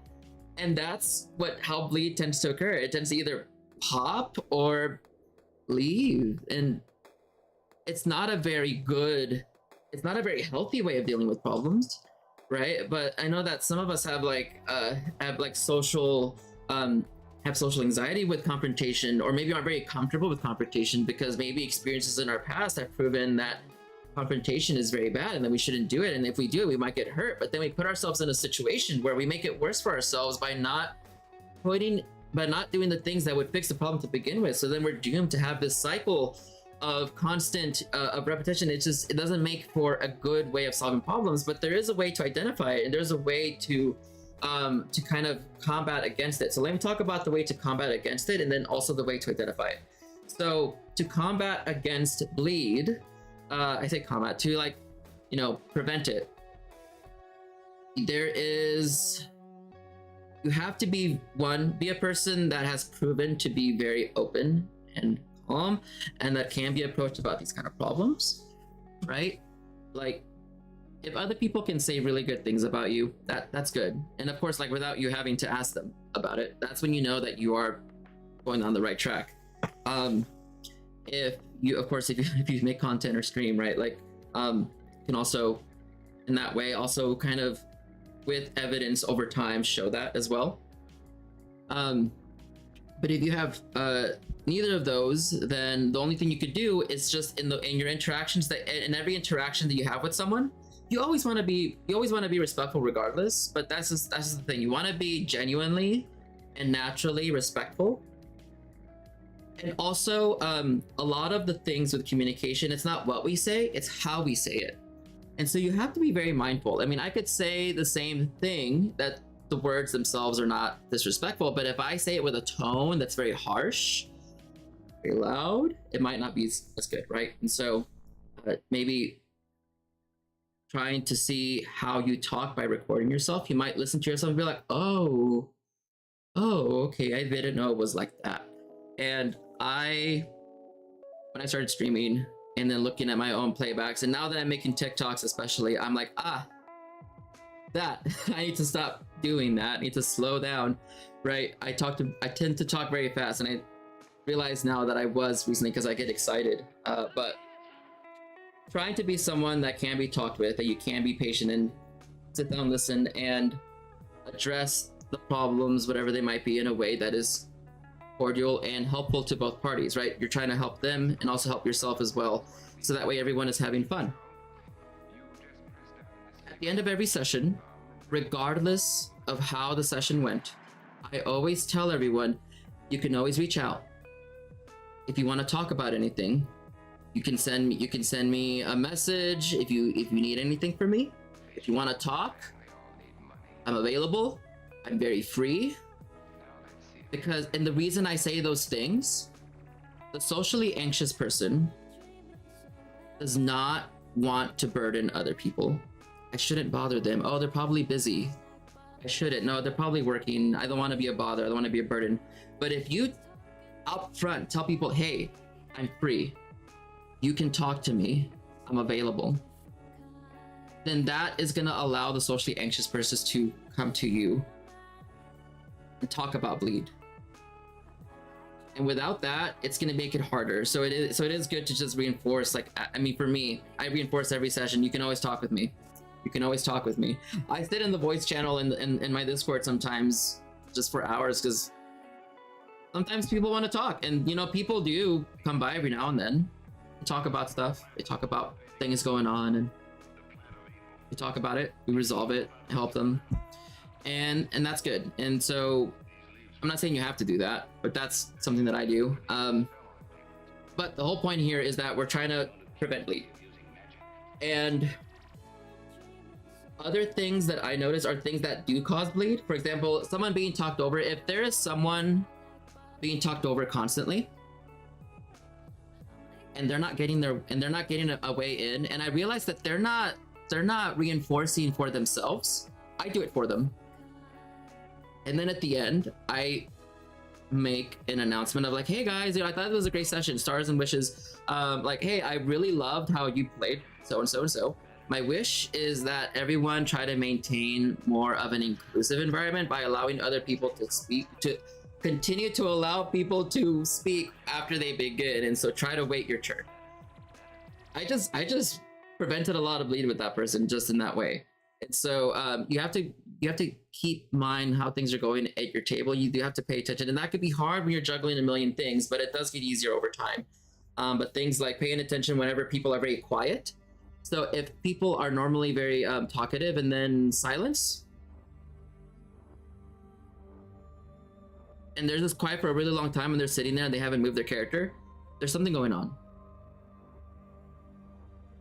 Either they're, and they, and this is in cases where like they're normally not inattentive. They're normally there, they're normally present, but then they're not. There's something going on, and that's when, not during the session, after the session, after everyone else is gone, one-on-one, hey, I notice you're really quiet. Like, normally you're not. I'm concerned. Like, is everything okay? You have to put in effort to try to maintain and protect your game, and and people are very complicated. Like, we all have stuff going on. We all have different things going on in our lives, and so it can be very hard to play when there's something going on in our personal lives, and so sometimes maybe people need a little break from the game. Maybe, hey, like, if you want to skip next session so that you can relax, go for it. And for some people that is very good. For some people, playing D&D is their escape, and so they don't want that. But for some people, they will take it.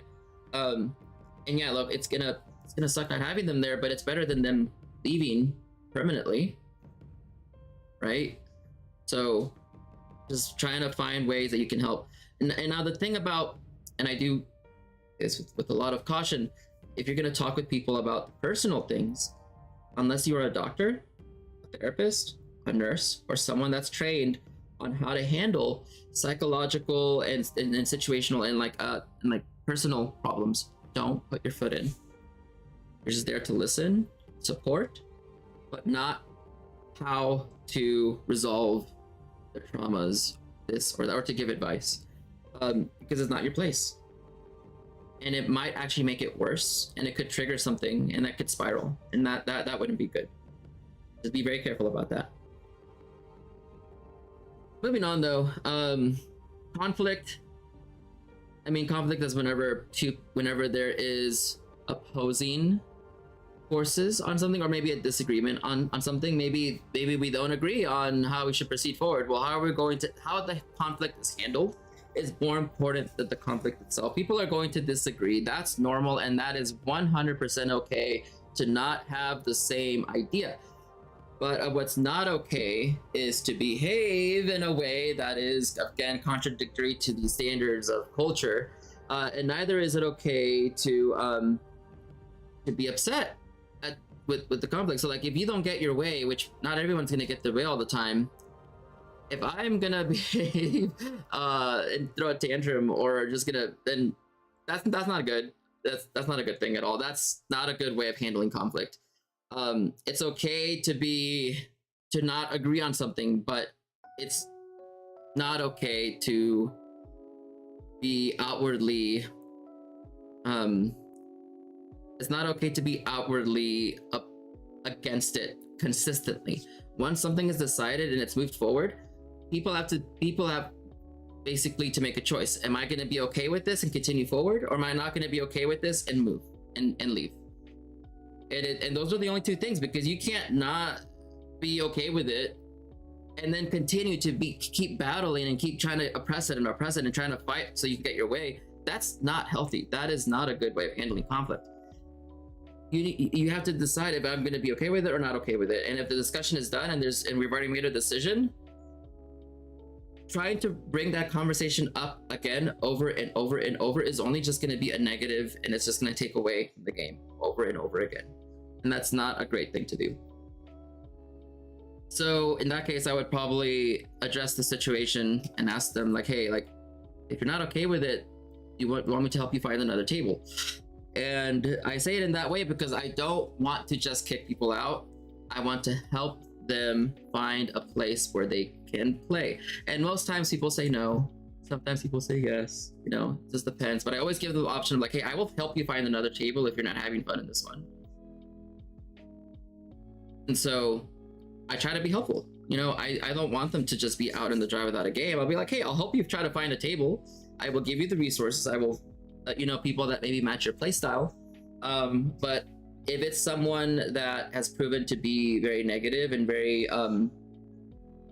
much someone that is not okay with handling conflict well, then I will not help them find a table, because I don't need to be giving other people a bad reference or a bad player to destroy their game with. Anyway, so safety tools. There's different kinds. In mine, I have a consent list of things that are okay, not okay. I made my own. There are consent lists out there. I will put that out there. There you go. This has things like the safety checklist form, which I made a copy of it here. Talks about hard lines, what's okay, what's not okay. Oh, where's the other ones? Shoot, I thought I had the other ones, but there's more than that. There's also things like stars and wishes. That's whenever you talk about what you want. Hi, Art by Wishing. That's whenever you talk about what you want, what you would like to see versus what you would not like to see, or what you would like improved, right? Okay, talking about bleed. In my games, I have code words. Probably shouldn't say that, put those out there, but breaks are a great way for people to take away, to have during the game, somewhere in between, so people can have a mental refresh of away from the adventure. And also telling people that you can always step away. You don't have to tell me that you have to take a break, unless we're having combat, in which case say something, because if I get to and it's like, hello, are you there, and I don't know you're there, then you probably should communicate at that point if you're stepping away. But if it's like during roleplay or something, you can say something real quick or not, just go come back. And Luxton technique discussions is whenever there's something triggering, people can choose to discuss it with other people at the table, and that person can be given complete control over what it is that happens with the triggering content. That's a good way. So that way things kind of resolve in the way that fits for them. I've never had to use this before. I've never had people get triggered in my games before. So I wouldn't be able to give any wisdom advice of how practical this is in play, but from what I've heard it happen in like one other person's game. So if you use Luxton techniques, great. You know, it's a good one to have. I've never had anyone use it. Aftercare is really, really good. And this is what I was talking about earlier. At the end of every session, I always say, hey, you know, how's everyone feeling? If you want to talk to me, how you guys feel about the session? And that's the aftercare and debriefing that is really, really, really crucial. So that way you can try to prevent some of these negative feelings that could be lingering between sessions and having the bleeding occur. Open door. People could take breaks as often as they want. I just talked about that. So these are...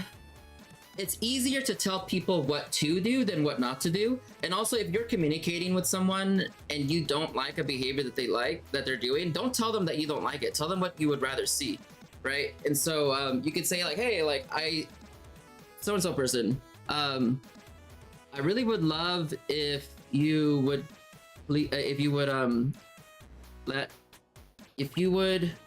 wait your turn to speak while someone else is talking, instead of saying, I don't like how you're talking while someone else is.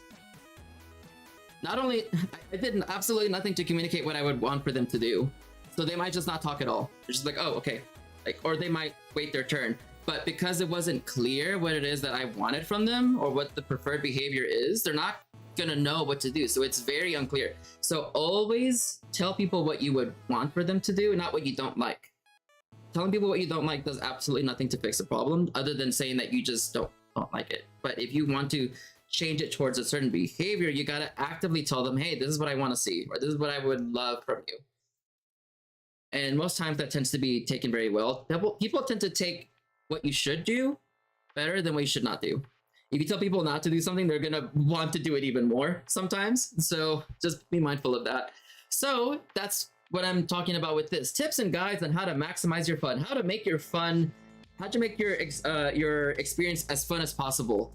So for example, things about like trying to prevent breaking the world. Like we want to try to play in a way that's very fair. So that way, you know, we try to track away from these possible things, but we do want to try not to break the world. We do want to listen and pay attention to what is going on. We do want to try to have a similar play style. We do want to try to have yes anding. We do want to try to have understanding our characters and monsters and what they can do, right?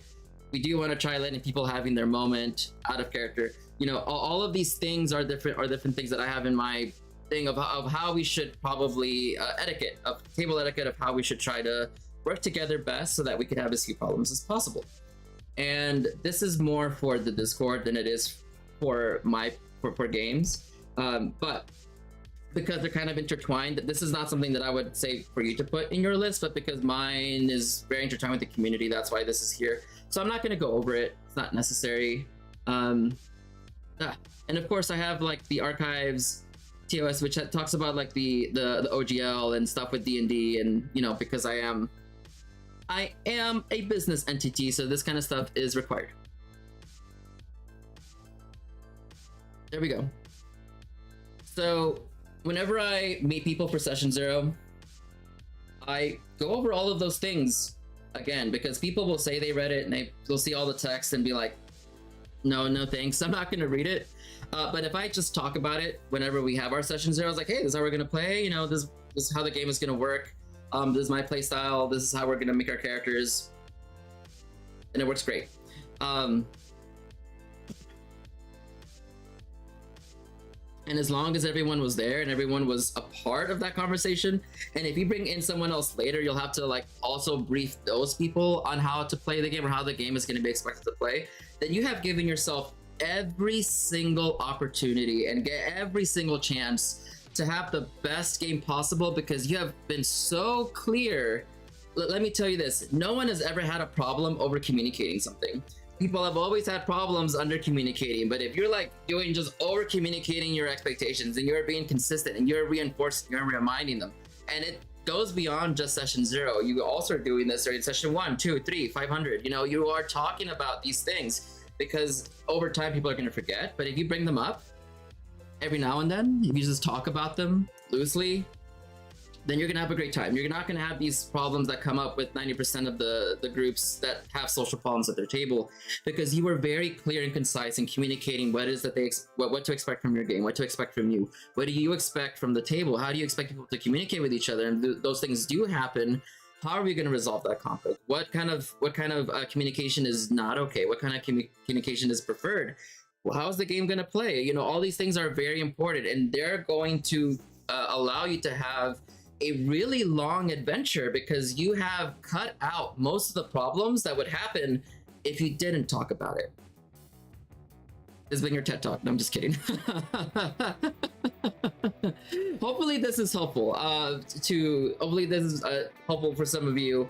I know that I'm basically just like throwing information at you all at such a fast rate, but it does take a lot of effort. You do got to put in a lot of effort up front for you to communicate these things. But guess what? It is a lot of effort to be a dungeon master. But if you don't want your work to fall apart, those days and hours of campaign and map making, then you do need to go the extra mile of trying to give yourself the best chance possible to find maybe not necessarily the best, but to find people that are compatible with your playstyle and that are compatible with the type of adventure you're running, and reinforcing and maintaining and taking care of the communication and the culture, then you're going to have a game that's going to last a long time. Because the thing that makes D&D fun is playing with other people. And of course, the rolling of the dice itself, but it's about the connection, it's about the experience. But if you have a table that makes that really hard, your table is not going to last very long. And so you want to try to protect that. You want to try to maintain it. You want to water it. You want to grow it. You want to give it sunlight, it's basically like a plant, right? So, but if we're not watering our plant, it's gonna die. If we keep it out in the sun too long, it's gonna die. You know, we have to be attentive. We have to pay attention, and whenever things happen, we need to try to resolve them in a way that is gonna be best for everyone, including the person. Even if it means having to remove them from the game, trying to do it in a way that's respectful to them, and not saying it out to the whole world like, oh, I kicked this person out, and then talking bad about them afterwards. It's not good, So, what else is there to talk about today?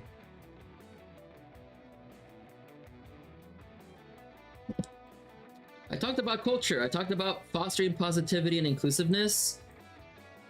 Play styles and safety. Table dynamics is not one that I talked about yet, and then it's okay. My one shot recently went well, did my best, and everyone enjoyed themselves. I had a challenging encounter, and more importantly, everyone had fun and vibed well. That's really good. That's really, really good. All right, so I'm going to talk about table dynamics. All right. Actually, I'm gonna go get a drink because I ran out of water. I've been doing a lot of walking outside. If you've been following me on TikTok, then you know that I've been making all my TikToks outside. I've been walking outside because it's nice and it's nice weather. I'm gonna take a couple of minutes just to go and get some more water and to get something in me to eat. So I will be back in, we'll say about 2 minutes or less. I'll put it on a break. Enjoy the music.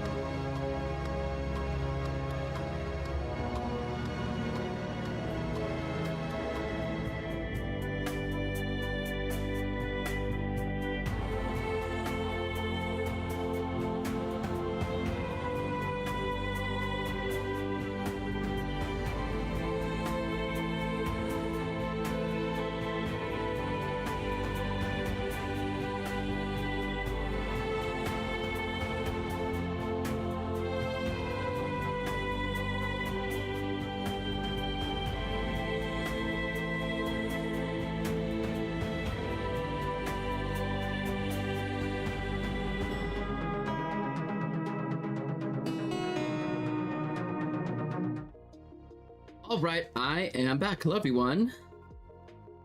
Okay, so I'm going to talk about table dynamics. I know I talked about a lot about multiple things such as different generations. So what I'm going to talk about is how to bridge the generational gap, how to adapt to the diverse needs of your table. So like if different people have different wants, what ways to play or wants that they have, how do you satisfy all of that, but then also keep the table together? So it's not just a focus in one direction and then everyone else loses interest. And also understanding what a table dynamic is, how to manage different play styles if you do have like slightly different play styles at the table, and also how to maintain the player engagement as well. That's a huge part of it because, well, talk about it in a bit. Let's start from the beginning. Table dynamics, what is that? So a table dynamic is the interactions and the relationships you have at the table. This is between the players and yourself as a dungeon master. It is during a game session, not outside of a game session. And so a healthy table dynamic is crucial because it'll give a positive gaming experience as it influences how players engage with the story and also with each other. It's also recognizing the different dynamics at play, such as the group cohesion. So if these three players are doing well and talking together, but this one is not, how are you gonna get them together? Because that's gonna isolate this one person. So you have to be attentive of like, okay, well, I see these three interacting. Let me do my best to try to also bring my buddy in as well, right? So, but anyway, it's recognizing the group cohesion, the player personalities, and interaction patterns. And it also helps the dungeon master have a very harmonious and enjoyable session. And so by being attuned to these various different dynamics, the dungeon master can address potential issues before they escalate and ensure that everyone feels included and respected. So how are we going to do that? So let's talk about managing different playstyles. So if you have people that have slightly different playstyles, I'm a bit of a min-maxer, a little bit, so I let a bit of min-maxing. They have decided to meet halfway and they're not going to min-max as much, but just a little bit, right? And you also have someone else that's very narrative focused. So every person, regardless of their playstyle, they're going to bring their unique playstyle to the table, which can range widely, right? From narrative and character development to a preference and on tactical combat and strategy. So balancing these diverse playstyles is very key, and it's also responsible of the GM in order to maintain that balance. And so one of the techniques that is really good for groups that have different playstyles is to use the spotlight, almost in a literal sense. If it's in person, you can have something. If you have a group that has trouble talking over each other, you can also use this for that as well. But you can have, I just threw my thing away. You can have like a little light, and you can spotlight it onto someone. If it's their turn to talk or their turn to go, and then they can, or if you can give them a little stuffed animal and they can pass it to the next person. It's kind of a fun thing to do. But you can, during the game, if you see that some people are taking up a lot of time, you could intercede at some point and be like, hey, that's great. What about you? What do you think? And trying to include that other person in that maybe hasn't said as much, especially if it's been a while. Encouraging collaboration between the players is better than you interceding. Although the interceding might be necessary, especially if some people talk a lot. And to accommodate the different play styles, you also have to build different. We have to make different content of various levels. And so yes, we're gonna go into this dungeon, but in this dungeon there's also some roleplay opportunities. So you kind of attending to both, right? So you do have to acknowledge and value each person's contribution of what they're bringing to the table, and if that's the way that they're going to play, that would be something to know ahead of time. Hopefully you know it by now, right? And you're okay with the way that their playstyle is, then you're making a promise that you're going to be able to give them that at your table. And if you don't, then you're responsible for that. And so that's on you. But if you are giving that, then you want to ensure that you have a process in mind of how you are going to be going back and forth or balancing between these different play styles. Spotlight is one way. Trying to include opportunities for combat even when there's not supposed to be any is another way. You can always throw in something easy, right? It doesn't have to be to the death. It could just be a little something or other. Also high solid. So let's talk about the generational gap.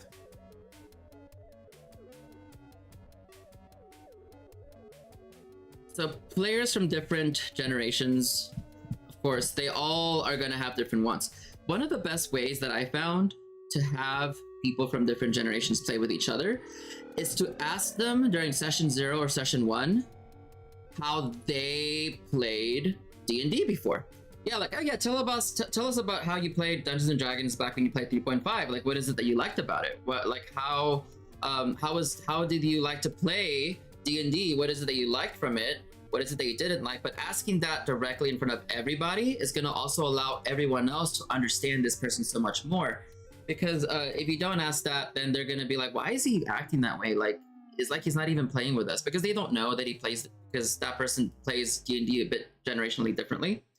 And you can also ask the same thing to the people that are like millennials and Gen Z, right? In front of if you have like someone that's Gen X or Boomer, right, in your game, you can also ask them like, hey, like, what do you like playing about D&D? And oftentimes, like during the session 0, I will ask that, like, hey, like, everyone, we're gonna be playing this game. How do you guys like to play? And then even though you ask them during the interview, you already know how they're going to play, but the other people haven't, right? So you want to make sure that they know just as much as you do about how they play. So that's how you kind of bridge the gap. And so when people are aware of other people's wants and other people's ways of playing, it's a little bit like magic. They tend to help each other out to kind of go towards things, because people like to be collaborative and they want to help each other towards a common goal, right? But if I'm aware of what it is that your character or the player is doing, then I can help in that sense. So, and one way that you can encourage bridging the generational gap, and this also is for any table just in general, is to encourage players to be curious about other characters.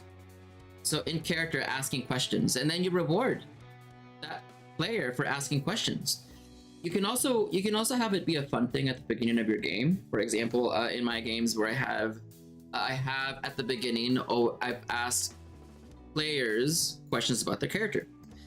And so I would say at the beginning of a session, okay, so and so, Jessica, I want you to go to one of the other players, one of the other characters, and I want you to ask one of these questions. And I would give them a list in DMs, and I would do the same thing with every person, where I would have them genuinely ask a very intricate, complex, like open-ended question to another character. And in that way, they're kind of getting to know each other. This is a good strategy to use for groups that are maybe a bit younger. We're very central focused. We're very self-centered as people, and people would love for other people to get to know their characters, and often kind of forget that they also have to do that with other people's characters. And so if that is your group, then try having them have some fun roleplay interaction at the beginning where you have them ask each other questions, and then give them inspiration or a little reward for it. And then whenever you reinforce positively the behavior, they'll do it again and again and again. And hey, the problem is fixed. And so that's a fun way to kind of fix that, and it's really easy to do. Definitely anything that can be positively reinforced is always the thing you want to do. And anything that you don't want to happen, I would not interact. I would not react to it. And so if there is a certain behavior that maybe a person is doing, of course you want to try to communicate that openly as well, because being passive is not a very great thing. But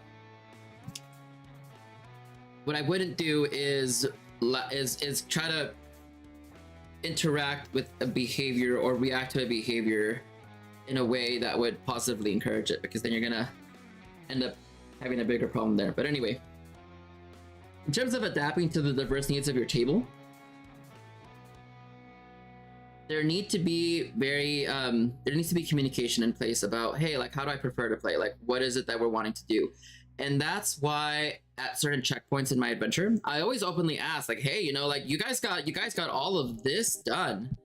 What is it that each of you would like to do going forward? Also, at the end of the sessions, I always ask people what they want to do the next session, so I know what to prepare. So that's always a good time to ask them, well, like, what is it that you guys would like to do? What is it that you guys want to do in the game with your players?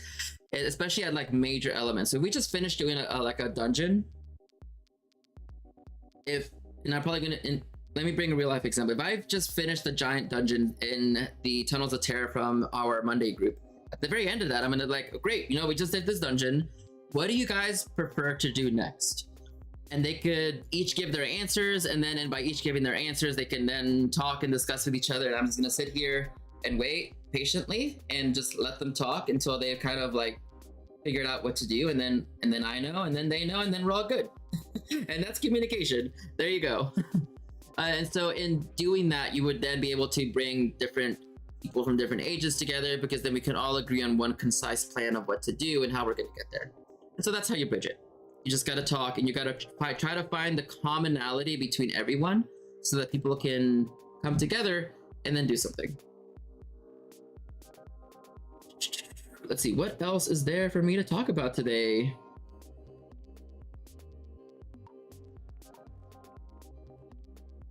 Common pitfalls of the learning GM, and it's okay.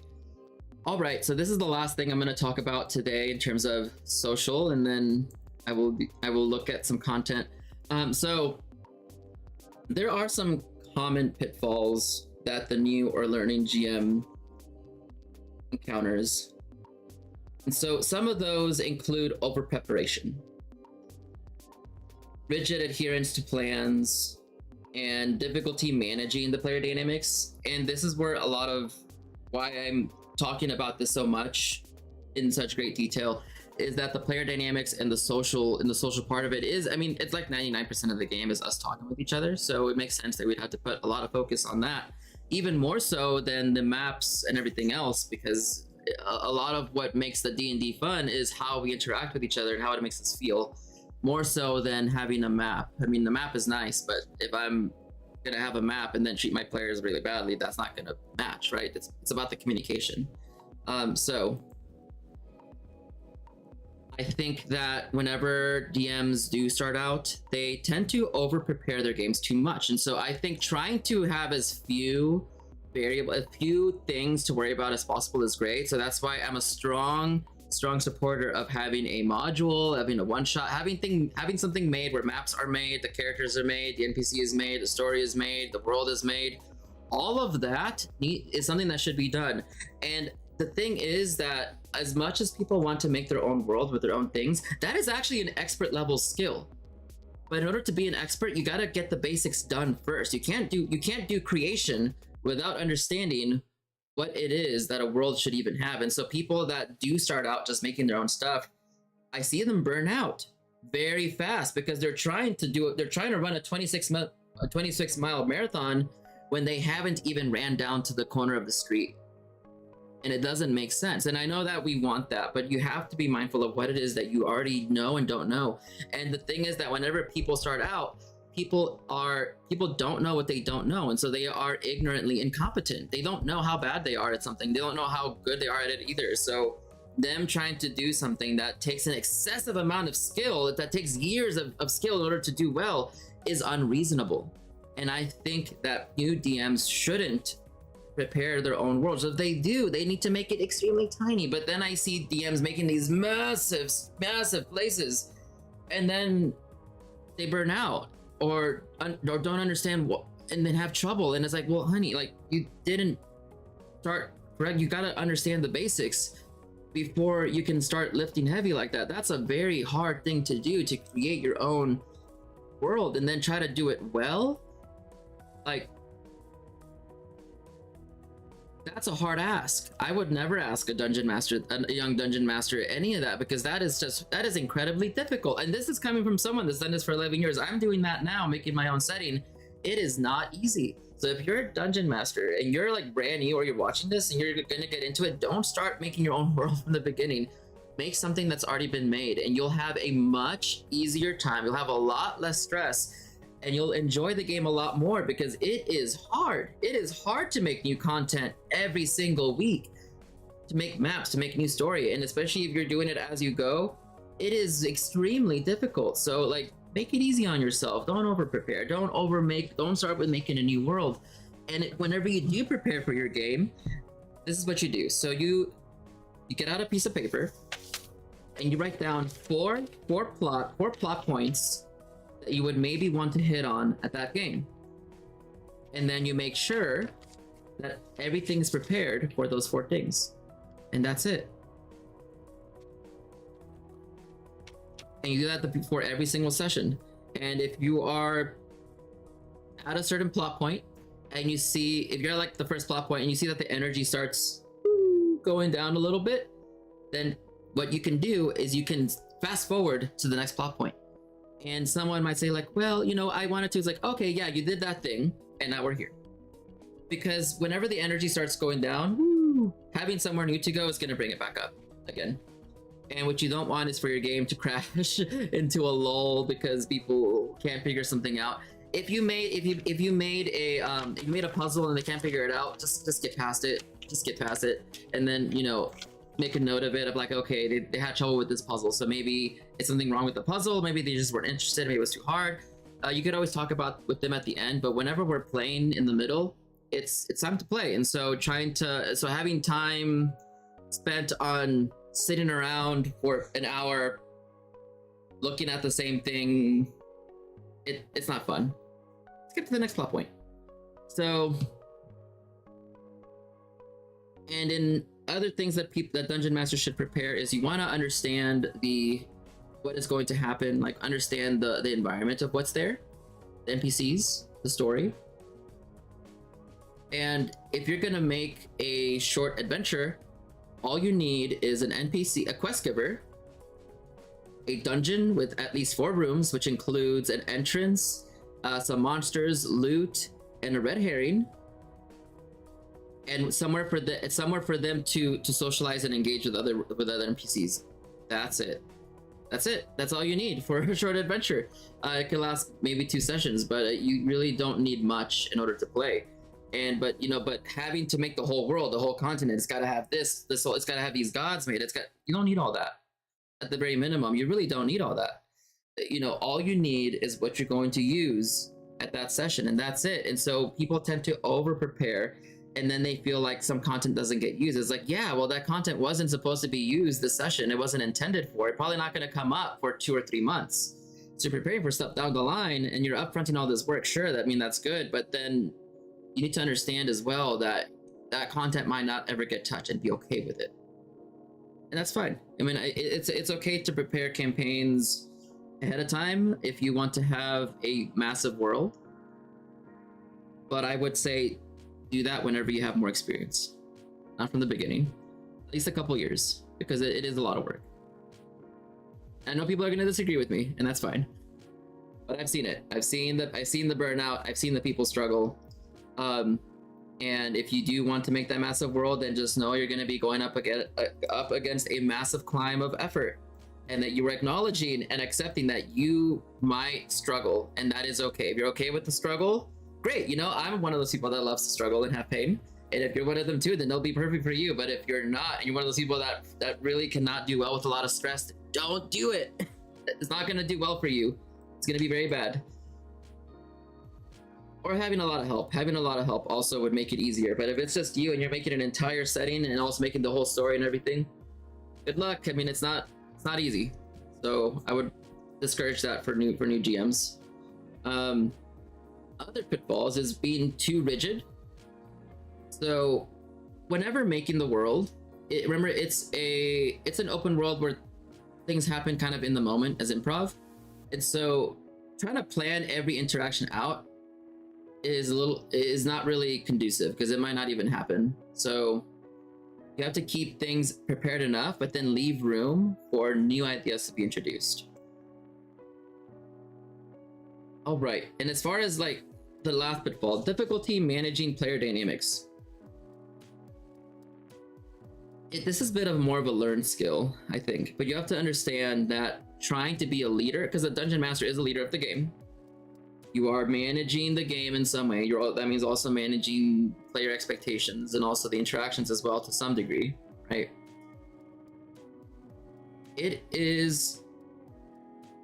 I would recommend looking up on YouTube how to have difficult conversations and how to approach talking with people in a way that would be good for you and them. The better you can improve your communication, the more clear and concise you can carry your message to others, the better spot you will be in.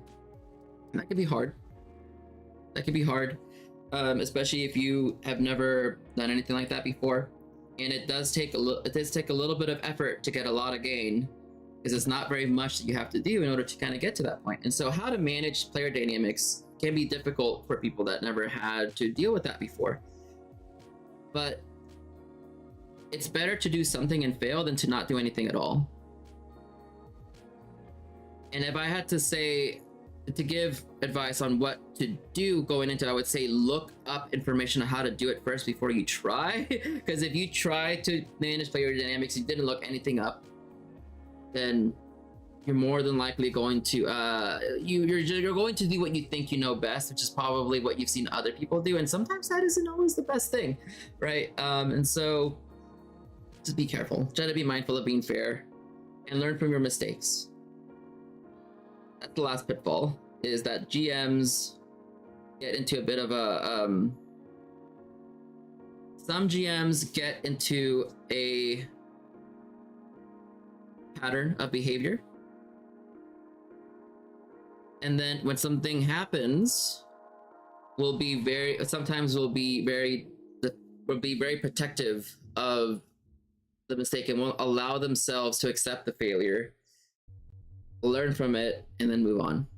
And that tends to happen a lot, especially when it's very personal things, like something that they spent a lot of time working on themselves, or maybe there's something about them as a person, some sort of behavior that maybe is not very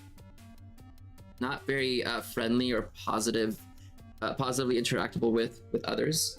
So that could be a hard fix. And so it's hard to help a dungeon master that's got a lot of pride, arrogance, and also inability to accept failure, but it is possible. But those are things to talk about another day. I think that's all there is for me to talk about for right now.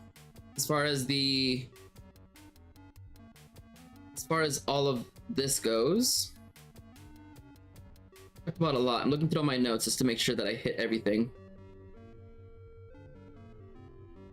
Okay, that's all I got.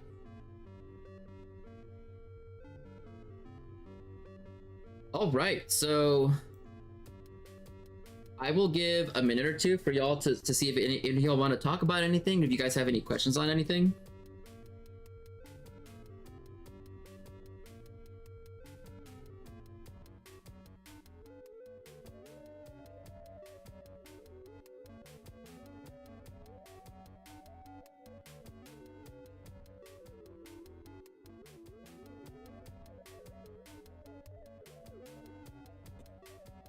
No, yes, no.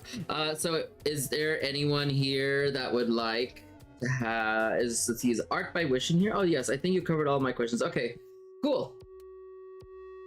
So let me pull up something here on the side. So I'm gonna review, someone had sent me their subclass to look at. Let me pull it up.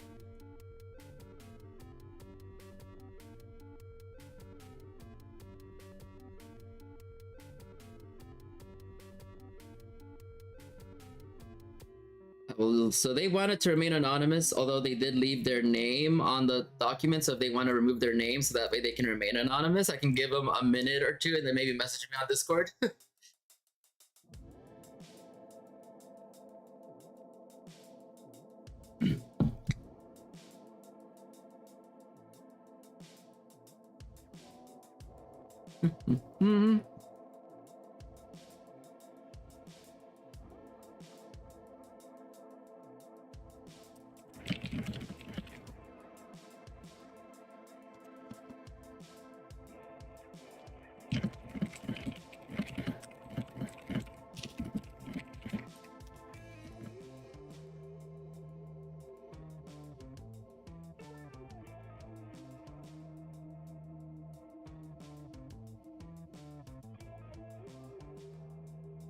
Okay. All right, so I'm going to give this person, I'm gonna have to message them to fix their document. They wanted to remain anonymous as far as their content was, but they put their name on it. So to respect their anonymity, I'm going to instead just end with the raid there. So that's gonna be all it for today, guys. So I hope you guys have a wonderful rest of your day. It's a nice Sunday. Go out there, go out into the sun, hug your dog, call your mom, tell her you love her. Give yourself some good feels, some good vibes, exercise, drink water, sleep, all the good stuff. Take your medicine. You guys have a great rest of your week, and I will be back tomorrow streaming Rap and Ethic. And so have a good one. We will end with the raid. Let's see, we're gonna raid. Let's see who is on. We're gonna raid a friend of mine that is in the Discord server. His name is Archaeist. He's brand new to streaming. His name is Ian. He's an archaeologist. Guys, give him a good time and tell him that I love him. Hope you guys have a good one, and we'll do a raid. Here, this is the raid message. Raid. By the way, Paladin loves you. There's my red message. Make sure to give it to him. Give him all the love. Give him all the love and good feels. We're gonna raid right now. Have a good one.